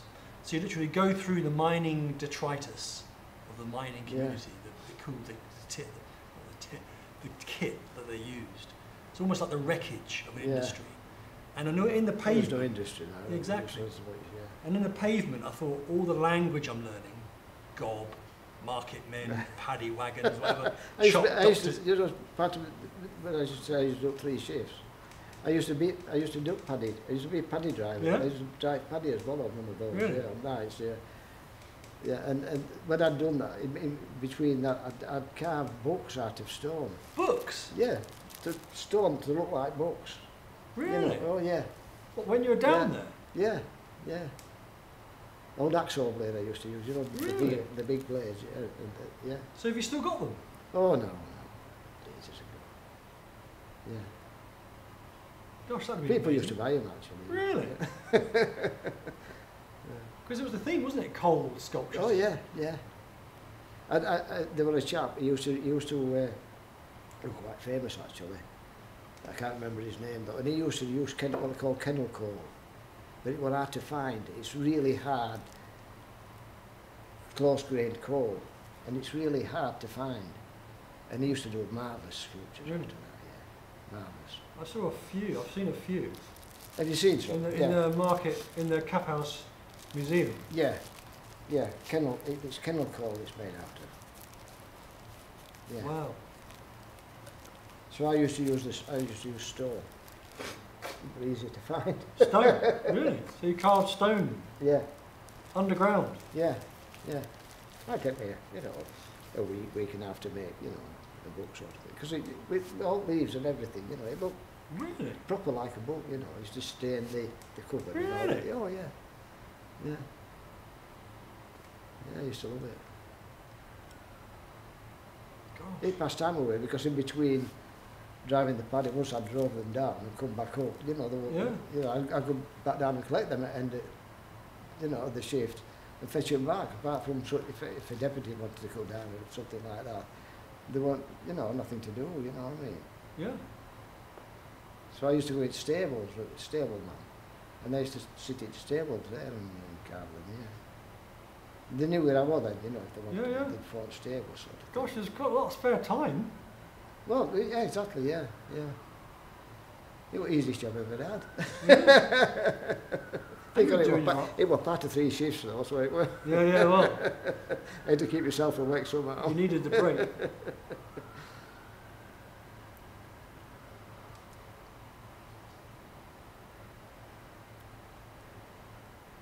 Robbie the coach table man, he was a character as well. What was his name? Robbie the called him. Great flaming red hair, Really? I've never seen hair as red in my life.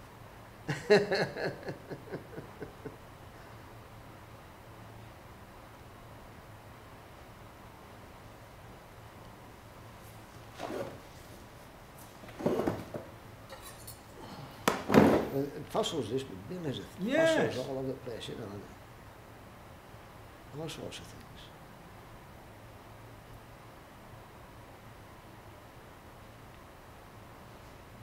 It's an experience going down, man. It's, it really is. It's not what it's when they take school kids down. It's not. No. Not the same when that's made totally safe, For, Yeah, yeah, exactly. I suppose you had that danger. yeah, yeah, You don't sense the danger. exactly.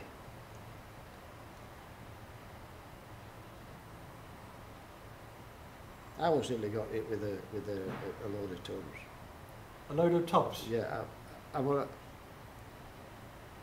asked. I was pony driving then. I was asked to go with some face workers to get some materials, right? Because I could drive haulages, and they couldn't. They didn't know how to. And they set of 1, 2, 3, 4 haulages, all right? We went out at pit bottom with about 6 tubs, and the last tub was a cutting machine, a tram, and that's a really big machine, a big Yeah. machine. And so what I do, I get it up to the junction, and I drive up, lash it onto the next haulage and drive it round corner, right? And then ring them up to come up, and then watch it as it went down to next.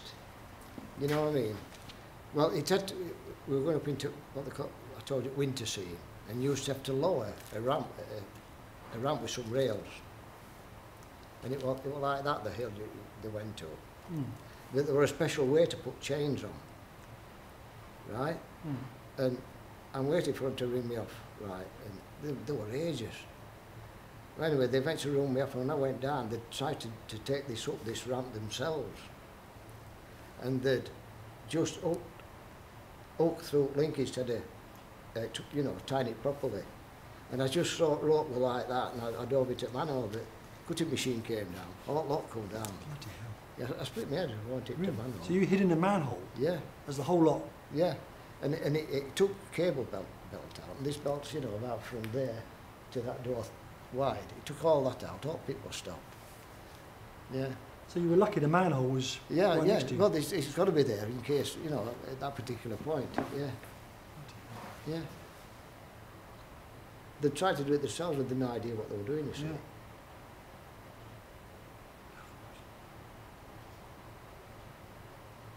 A bit of an uproar over that. Sorry?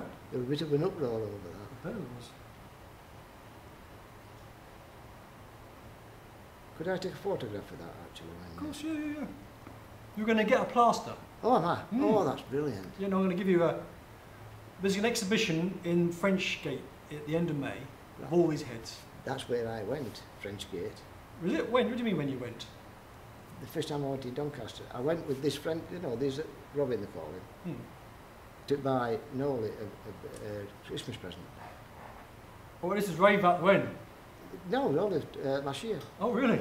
And that's the first time I've been in Donny. And he took us in French Gate, me and my friend, we went, you know, was it all the way around. Really? Yeah, yeah. And that was the first time I'd been in Doncaster. Yeah, well, God, we're going to have to come again. Yeah, oh yeah. End of May. Yeah.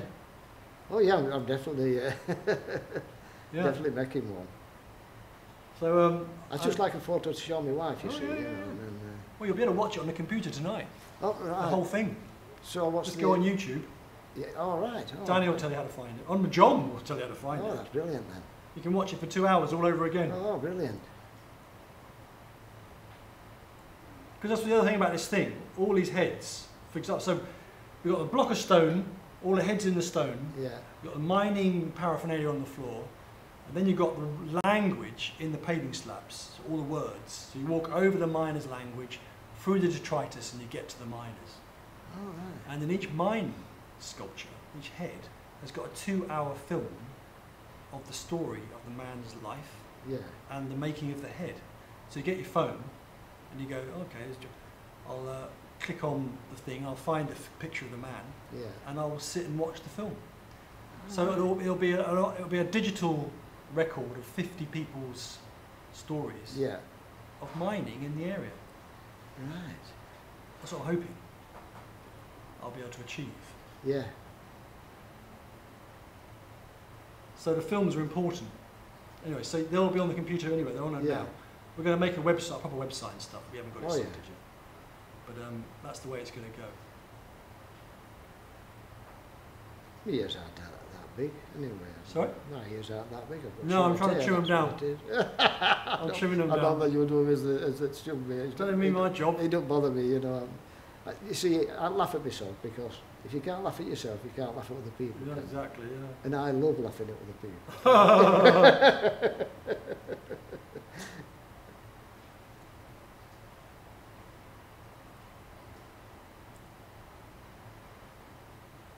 That's what me and my friend will laugh all day fishing.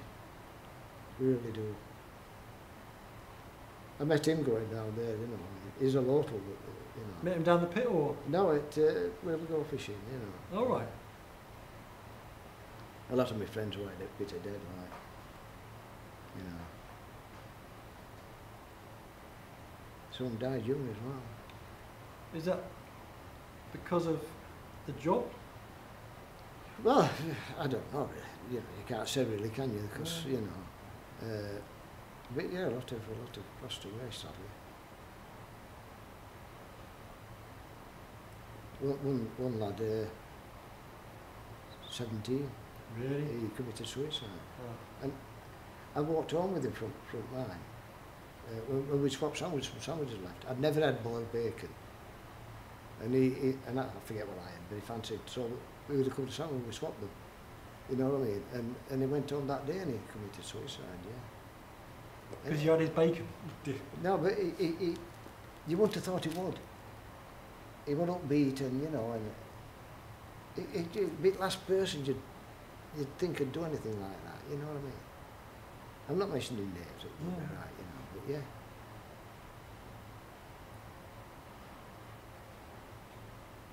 And then another lad, I once got a bit of trouble in town. Me and my friend, we decided we went drinking, we had 4 pints and you know, I've gone, you know, sort of thing.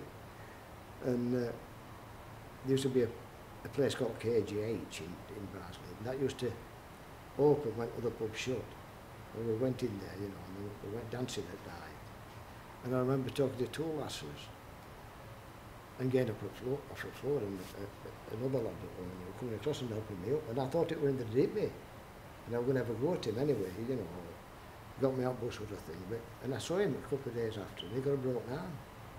You broke down? He got a broken arm. Broken arm? Yeah. I said, what happened to you? He says, do you remember from you other night? I said, no, I don't remember a thing. I was, you know that I thought it was you. He said, apparently you're down 3 while you were talking to these two lasses, these 4, some of them were, you know, big hitters around Barnsley, a couple of them. He says, and one of them shoved your mate as they went past. He says, you're down 3 of them, but 4th one got you. And I don't remember. You're joking. It's true. I don't remember. My mate went.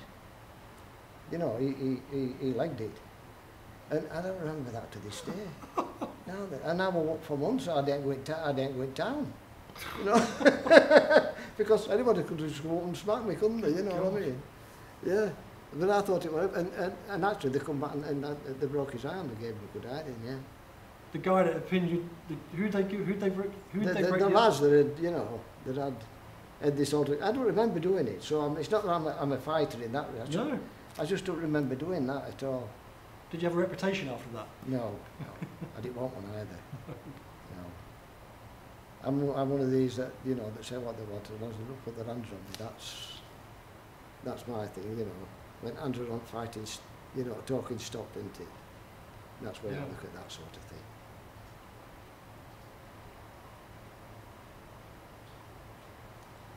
But yeah, you know, so that's a part of that. It's just totally gone out of my memory. It's just. That's amazing. Yeah. There's only 3 pints. Yeah, exactly. Well, you know, we're all a bit young then. So. But if I went in, you know, if I couldn't say sausages, right, my mum would say, "Go to bed, you just."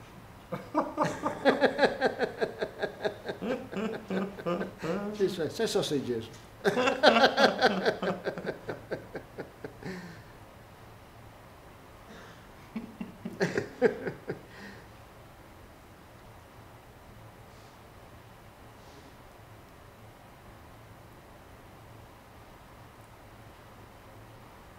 Blimey.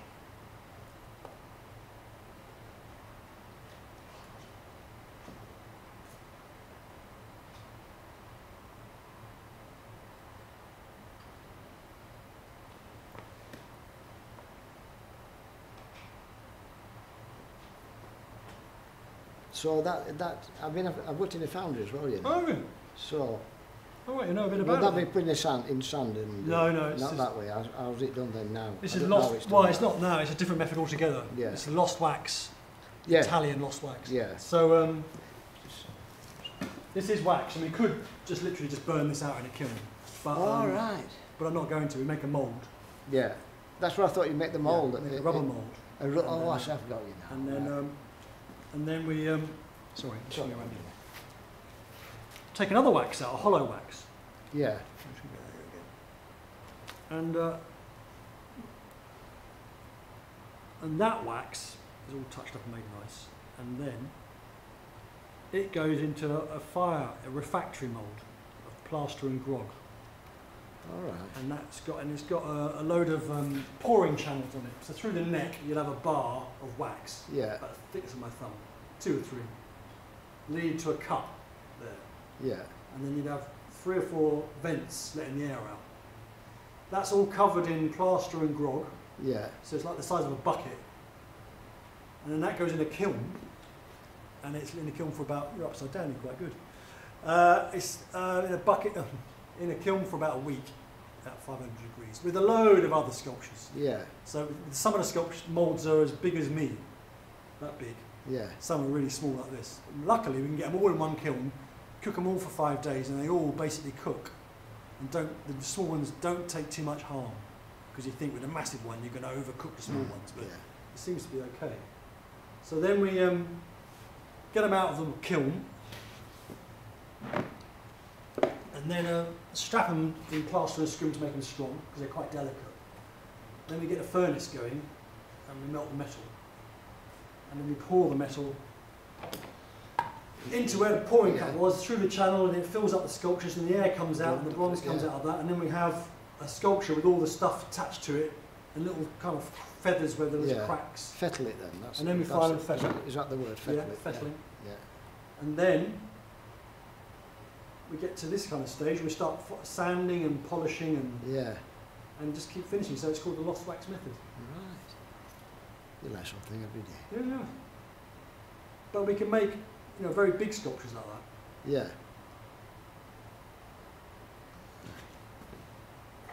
So a lot of my work's sort of life-size figures or... Yeah, what I used to load the foundry up, you know, with all the pig metal and... Yeah? This is an iron foundry or a... Iron foundry, yeah. It was actually outside at market at Barnsley, in Barnsley itself. Really? Yeah. I'm not going to mention names, so, you know, the factory. But yeah. And then I used to take old sand out, you know what I mean, after they'd poured and that. I used to make mainly to be mining stuff, you know. Really? Big pitted wheels, really? You know what I mean? Oh, and beautiful. things like that, yeah. It was a hard job.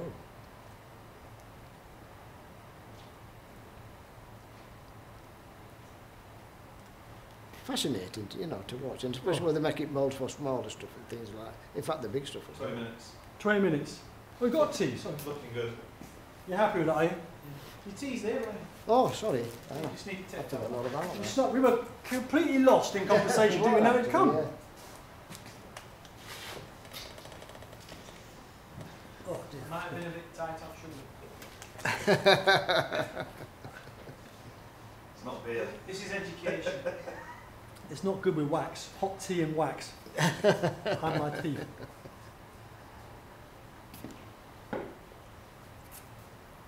How are we feeling now, Brian? Settled in a bit. Sorry? Eased in a bit more. Oh, now. yeah. More Strange. relaxed. I was a bit nervous this Strange time. situation, isn't it? Especially when he said he wanted internet. That was what it was. Yeah. Doing a little bit. Yeah, it's always a bit of a shock, that, isn't it? Yeah. There's Not two that I've ways. been on telly, you know, at one. Oh, yeah. I've been on everything. I've been listening. There's two ways of looking at the live broadcast though. Like one is like the scary fact that it's live and I'm scared of what to say, but the opposite side is which we're really embracing is the fact that it's archived material. So like these videos will become a legacy of this head, which will go into this like statue. Do you know what I mean? So like it's the mindset surrounding and the These sort of things nature. don't happen to people like me, you know. Yeah, but that's it. These are the people that we need. Yeah. Them 9 people up there are all exactly the same. Right. The common theme of mining and Yeah, and, that's right, yeah. but you're just normal northern folk getting on with stuff. Well, it's a community. It's as simple as that. Community now is not what it used to be. There's no community now at all. And this is what we're trying really to push is getting as many people together, because it's not about an individual. It's not about one iconic status or image or one person that's going to be. It's a story forever about it. It's a story, organised. isn't it? It's simple as that, It's a yeah. community of people. Exactly. Yeah. And if the budget was endless and Lawrence's time infinite, then I think We get everyone. we'd just we'd do every single person that's ever connected, and that would just be unbelievable. But he's a southerner, it's not cut out for us. So we have to look after him a little bit. We're not harder up here, aren't we? Yeah, I know. Oh no, hard We on. have to do our bit. in I society, don't like to it's tell you. like, Good God. We're hard a bit fair. It lasted a that's day it. in Barnsley.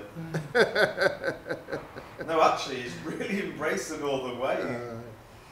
Started to find he's talking to random people now. Even going for a pint in the Sal with I'll tell you something, no matter where you live, there's good places to live in that area, and there's always a bad place to live in there, you know what I mean? Yeah. You know. But no, I mean, in terms of the journey we've been on and the people we've met, it's been absolutely brilliant. Like, in terms of my personal journey, the educator role with the students, meeting Laurence and having Laurence here and facilitating it all, and the people we're meeting are just amazing. And the stories that come out are just brilliant. Yeah. I bet it's fascinating, really. It is, because although we've grown up around mining, and like some of my family are miners, like you don't, there's still so many questions, like trying to comprehend the whole, the way in which the mine works, or the conditions which you're in, or to put your head into. To be honest with you, the mines itself, it very rarely came into your head that it was a dangerous environment. And that seems a bit strange, I suppose. But because you didn't dwell on it. When they retreat mining or advanced mining, and they say it normally collapses as soon as you go forward, but every so often it could be an hour, a day, until the whole lot drops. And you've got hundreds, thousands of tons dropping down behind you. That to me. Yeah. But you know, you just don't dwell on it. You just sort of get on with it. You know, it's like working in a factory sort of thing. You don't dwell on. You're just doing a job, and that's, you know. Yeah, no, but you're always pleased to get out. One job in a factory's got windows at ground level. And one's thousands of metres below the earth. But having said, that's an experience in itself. Yeah. You know, I mean, you could turn your light off and never see, put your hand there and never see it. Yeah. You know, that's how dark it is. So I have that in a film loading bay, but I know that I can open the door should I need it. My film's going to be ruined, but I can actually get out. Yeah. But it's been fascinating. It's been absolutely brilliant and heartwarming in the same sense of sharing emotional this experience with you. Well, yeah, I mean, I was getting a bit emotional to start off with. You know, it's okay, you know, sometimes you can talk about it, it doesn't affect certain aspects of your life.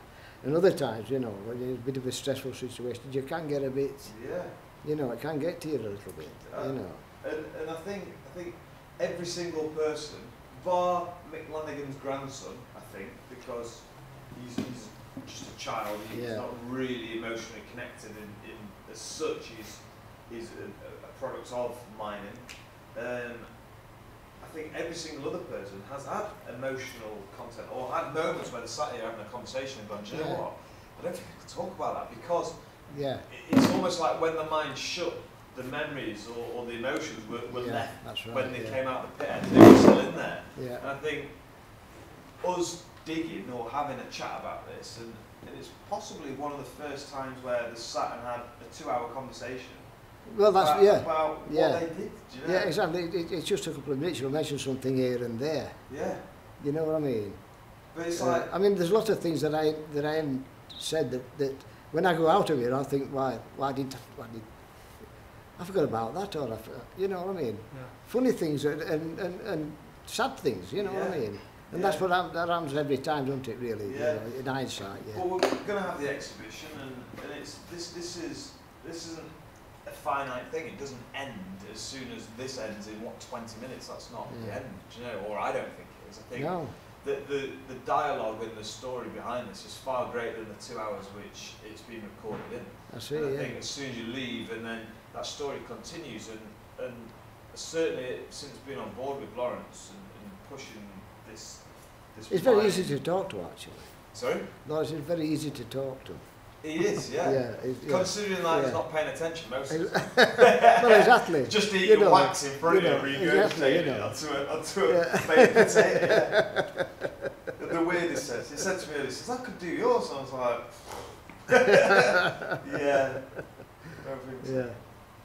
because it's an uncomfortable, and I think, me personally, I'm quite confident in most situations after about 20 seconds. Yeah. I think I definitely feel like,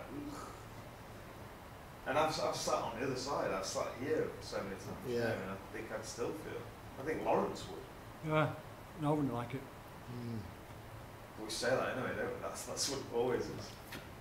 But it's really is heartwarming, like having you guys share your experiences. Well, it's a privilege me being here, to be honest with you. That's why I'm looking at it. I'm really enjoying the actual method of it and everything, you know, and what it's going to become and all that. I think it's really something. Laurence will confirm this. So it's for the last 4. How long have we been on with this, Laurence? When did it start? You should know.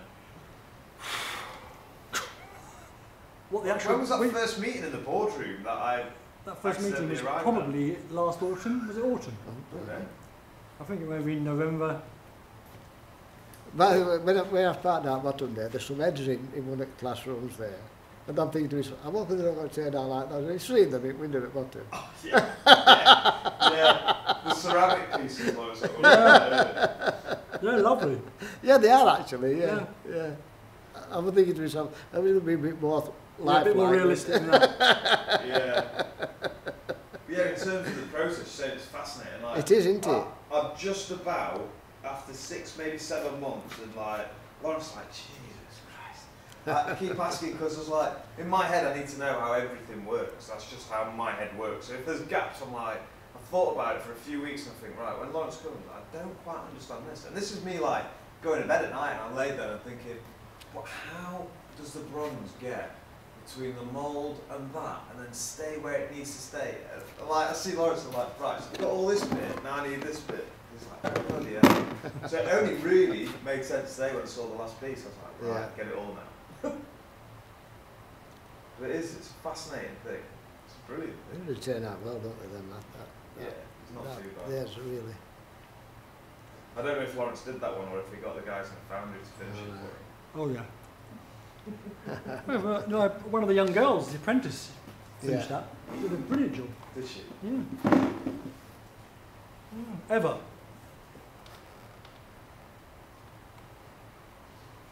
She didn't work into the head though, did she? No. She was very, very good. Well, I'm telling my friend now that he fetched enough wax. Got enough wax? Yeah, I'll tell him now. He said you need a bit more for my nose and me.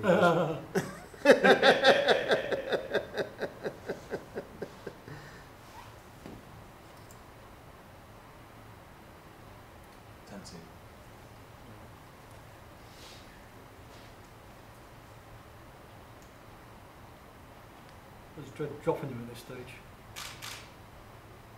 Sorry? Dread dropping them. Oh, yeah, it's a lot of work on, isn't it? 10 minutes to go. I'll tell you something, that's been quick, it's a couple of hours.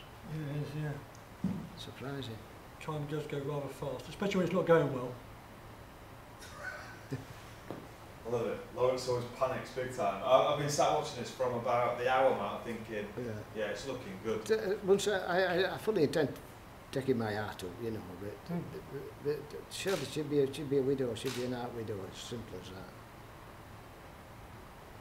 I mean, I've floored all my attic and all that, and that's where I go and do my... Yeah? Oh yeah, you know, and she can't get up there. So oh right, yeah, so it's a secret place. So what sort of they things... can be as messy as I like, I know where everything is. What sort of things are you making up there? Sorry? What sort of things are you making up there? Well, I do my computers and that mainly. Oh, okay. But all my art stuff's up there as well. I made my own easels and things like that, Wow. you know.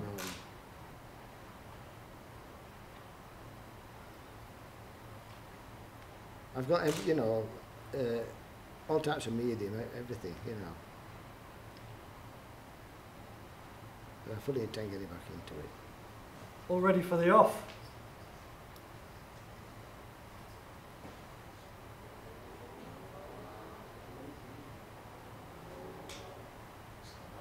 My wife's going to be fascinating. Remember those fishing floats you did, Ryan? Sorry? The fishing floats. Oh, yeah, I make my own floats and things Wow. like that, yeah. You couldn't tell them apart, Laurence, from ones that were 15, 20 quid a float. Really? Oh, they're amazing. Gloss finish and everything. I'm one of them sort that, only thing, I couldn't plaster a full wall. Are you with me? Yeah. But I can turn my hand to all sorts of things. In my back garden there's about 30 tonne of stone which I cut by hand, and it's Yorkshire stone, it's proper stone, from really big pieces of stone that had been dropped on a quarry about a mile and a half away from a church in Barnsley. Huh.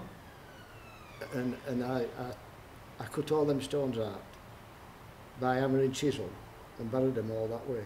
Took me about 12 months, and I've built them all around my back. Oh. You know, different levels. Before that, I ain't stuck 2 stones together.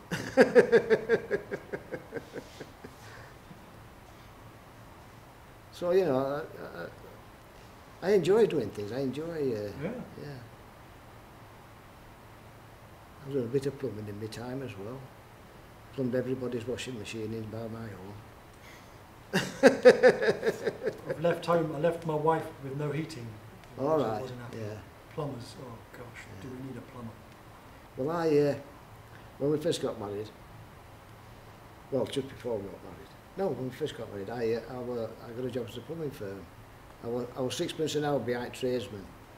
And I used to do all underfloor piping, all sink units, all bathroom suites, you know, that sort of thing. And so, you know, I've been there and done that. Second nature. Hmm? Second nature. Yeah. And I also made all my stuff when I was younger as well, you know.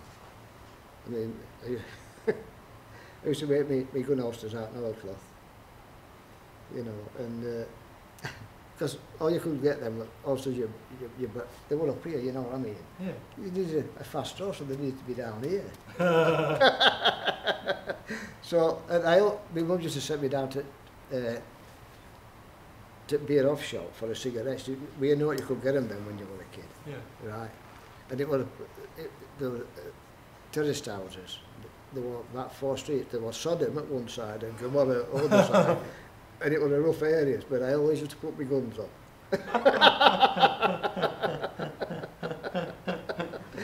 It didn't bother with me if I got my guns on. Bother me if I got my guns on.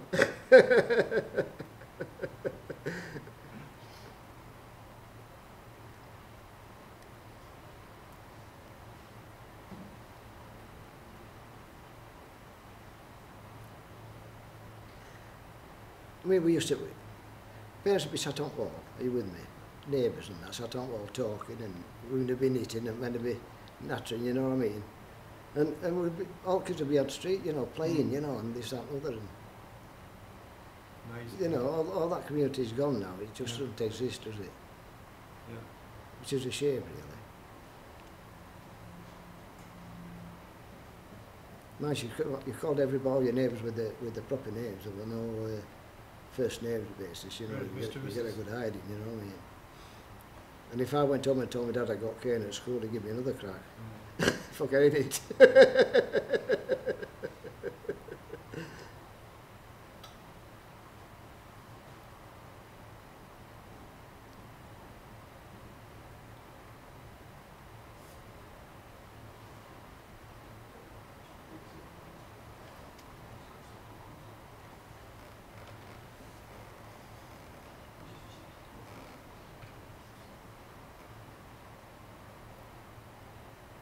Trying to get his smile. Oh, I'll do that easy enough. If I'll succeed in the time I've got.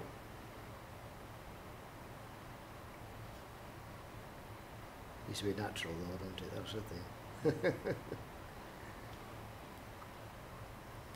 Yeah, we know for us left me and my friend that we were fishing. All day. The deer is all over the lakes. It's supposed to be quiet out there, aren't you? Oh no, none of that. No.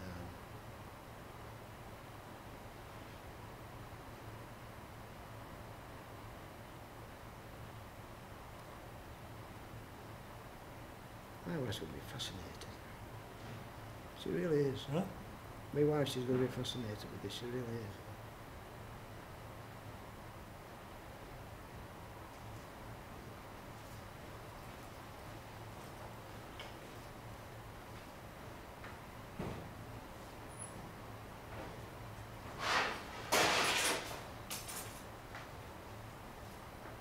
Well, you'll be in bronze. Sorry? You'll be bronzed. Yeah. You'll be able to walk down Doncaster, see yourself. Yeah, On a well, Sunday yeah, there you afternoon. go, yeah. Tell you that, we just went for that birthday, for that Christmas present, Christmas present, and that's the first time I'd ever been in Doncaster. From where I am, we normally head other way, Wakefield, you know, and Yeah. Huddersfield or Peddiston, that's that. Very rare we come this way.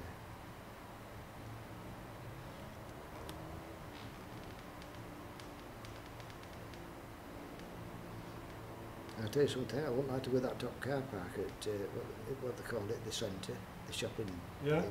French Gate, isn't it? Yeah. I wouldn't like doing that top car park, because you stood on that slope while that barrier goes up, aren't you? It's terrible, isn't it? Yeah, yeah, yeah. And my car's the electric button handbrake. All right. Oh. Never trust You it. use your clutch as your brake, as your handbrake, you know what I mean? It could be a bit awkward.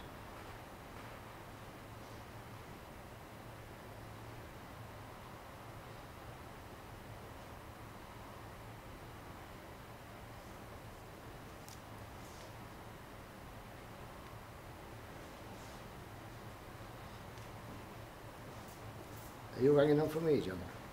Yeah. Yeah, good Yeah, lad. follow me out. Not find my way home. Oh,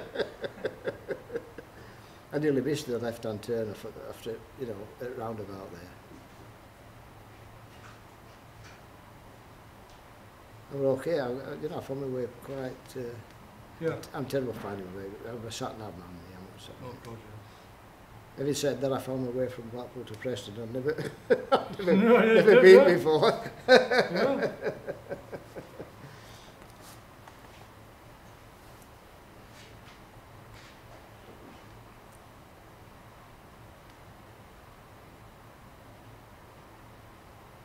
Long time ago now. Sorry? Long time ago now. Oh yeah, I'd do it all over again if she'd have me. I'd change rules though. Nice, she'd probably change them right, won't she?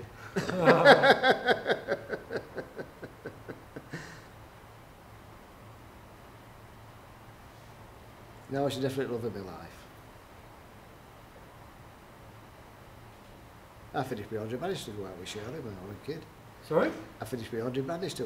Everybody wants to go out with 100 Bannister.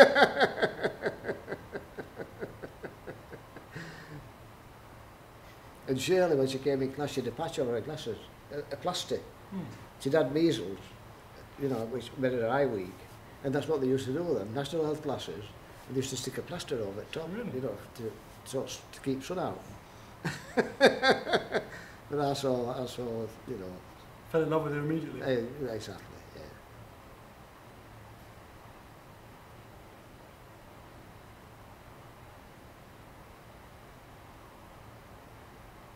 We've had his moments, so in his marriage as well, you know.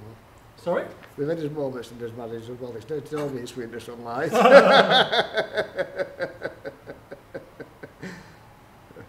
We're just a normal couple.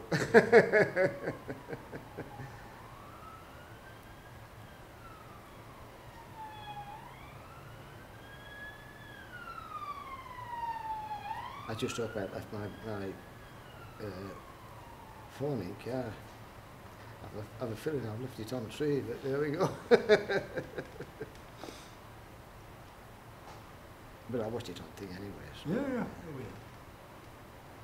Plus, you've got to be photographed by Danny as well, actually. One of these. Sorry? You've got to have one of these done. Oh, right, Yeah. brilliant. Oh, right. It's a full record. Yeah. I'm really fascinated, I really am. Yeah. I'm not just saying that. Brilliant. It's, yeah. Especially with the, you know, I've got a bit of an artistic bent myself. Yeah.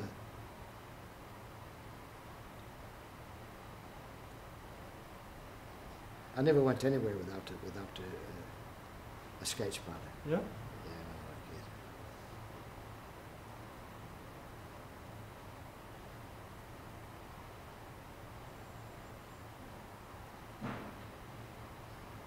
Have you saved them? Your sketch pads? Well, actually, I've got my portfolio somewhere, and I've Oh, stashed nice. it somewhere, and Can't find that. I've looked all over the place for it. Probably in the back of a wardrobe or Should I something put it like in that. drawer, Brian? Eh? Should I put it She in still drawer? put it in drawer. She's terrible, my wife. I could be using a screwdriver, put it down, it's back in drawer. And I don't know which Like drawer. that, no. But she's forgotten.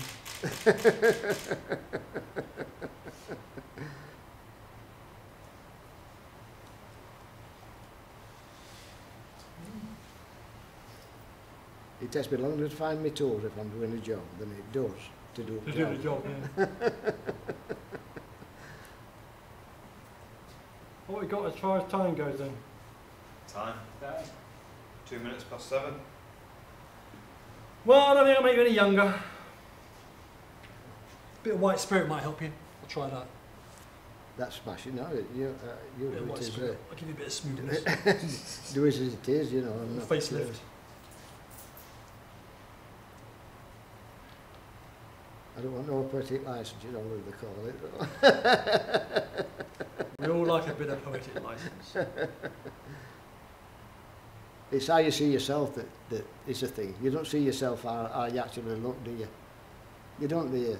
Nobody does, I don't Trying to think. say I'm not Brad Pitt. Well, you know, I have been likened to what now then, Neil Diamond when I was younger. My wife, yeah, she's well like she said, you look like him when you were young.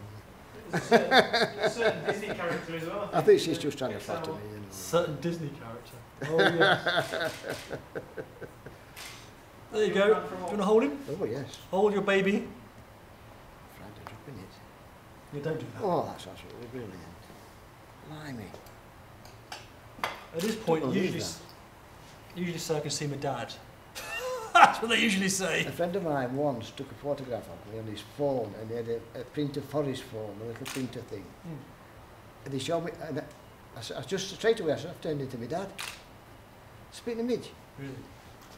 Blimey. That's absolutely fantastic, it really is. Brilliant. Thank you very much. Brilliant. Blimey. I can't get over it. God. And you were chatting the whole Well, my friend damn can't way say I'm through. big-headed now, can he?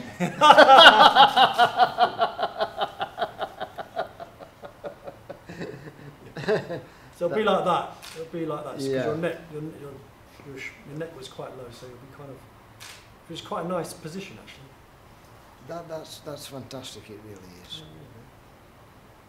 Wow. Yeah, I think it's got a bit of you about it. It definitely has.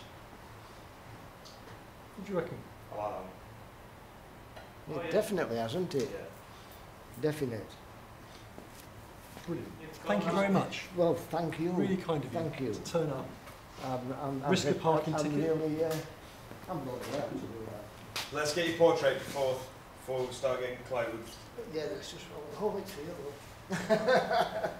Yeah, get a picture on your phone. I'm not a. Get a good light. I'll get a glass on as well and I'll see what I'm doing.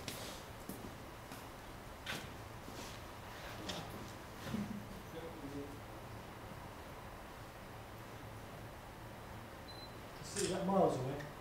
Yeah, there we go. Got it. Switch over.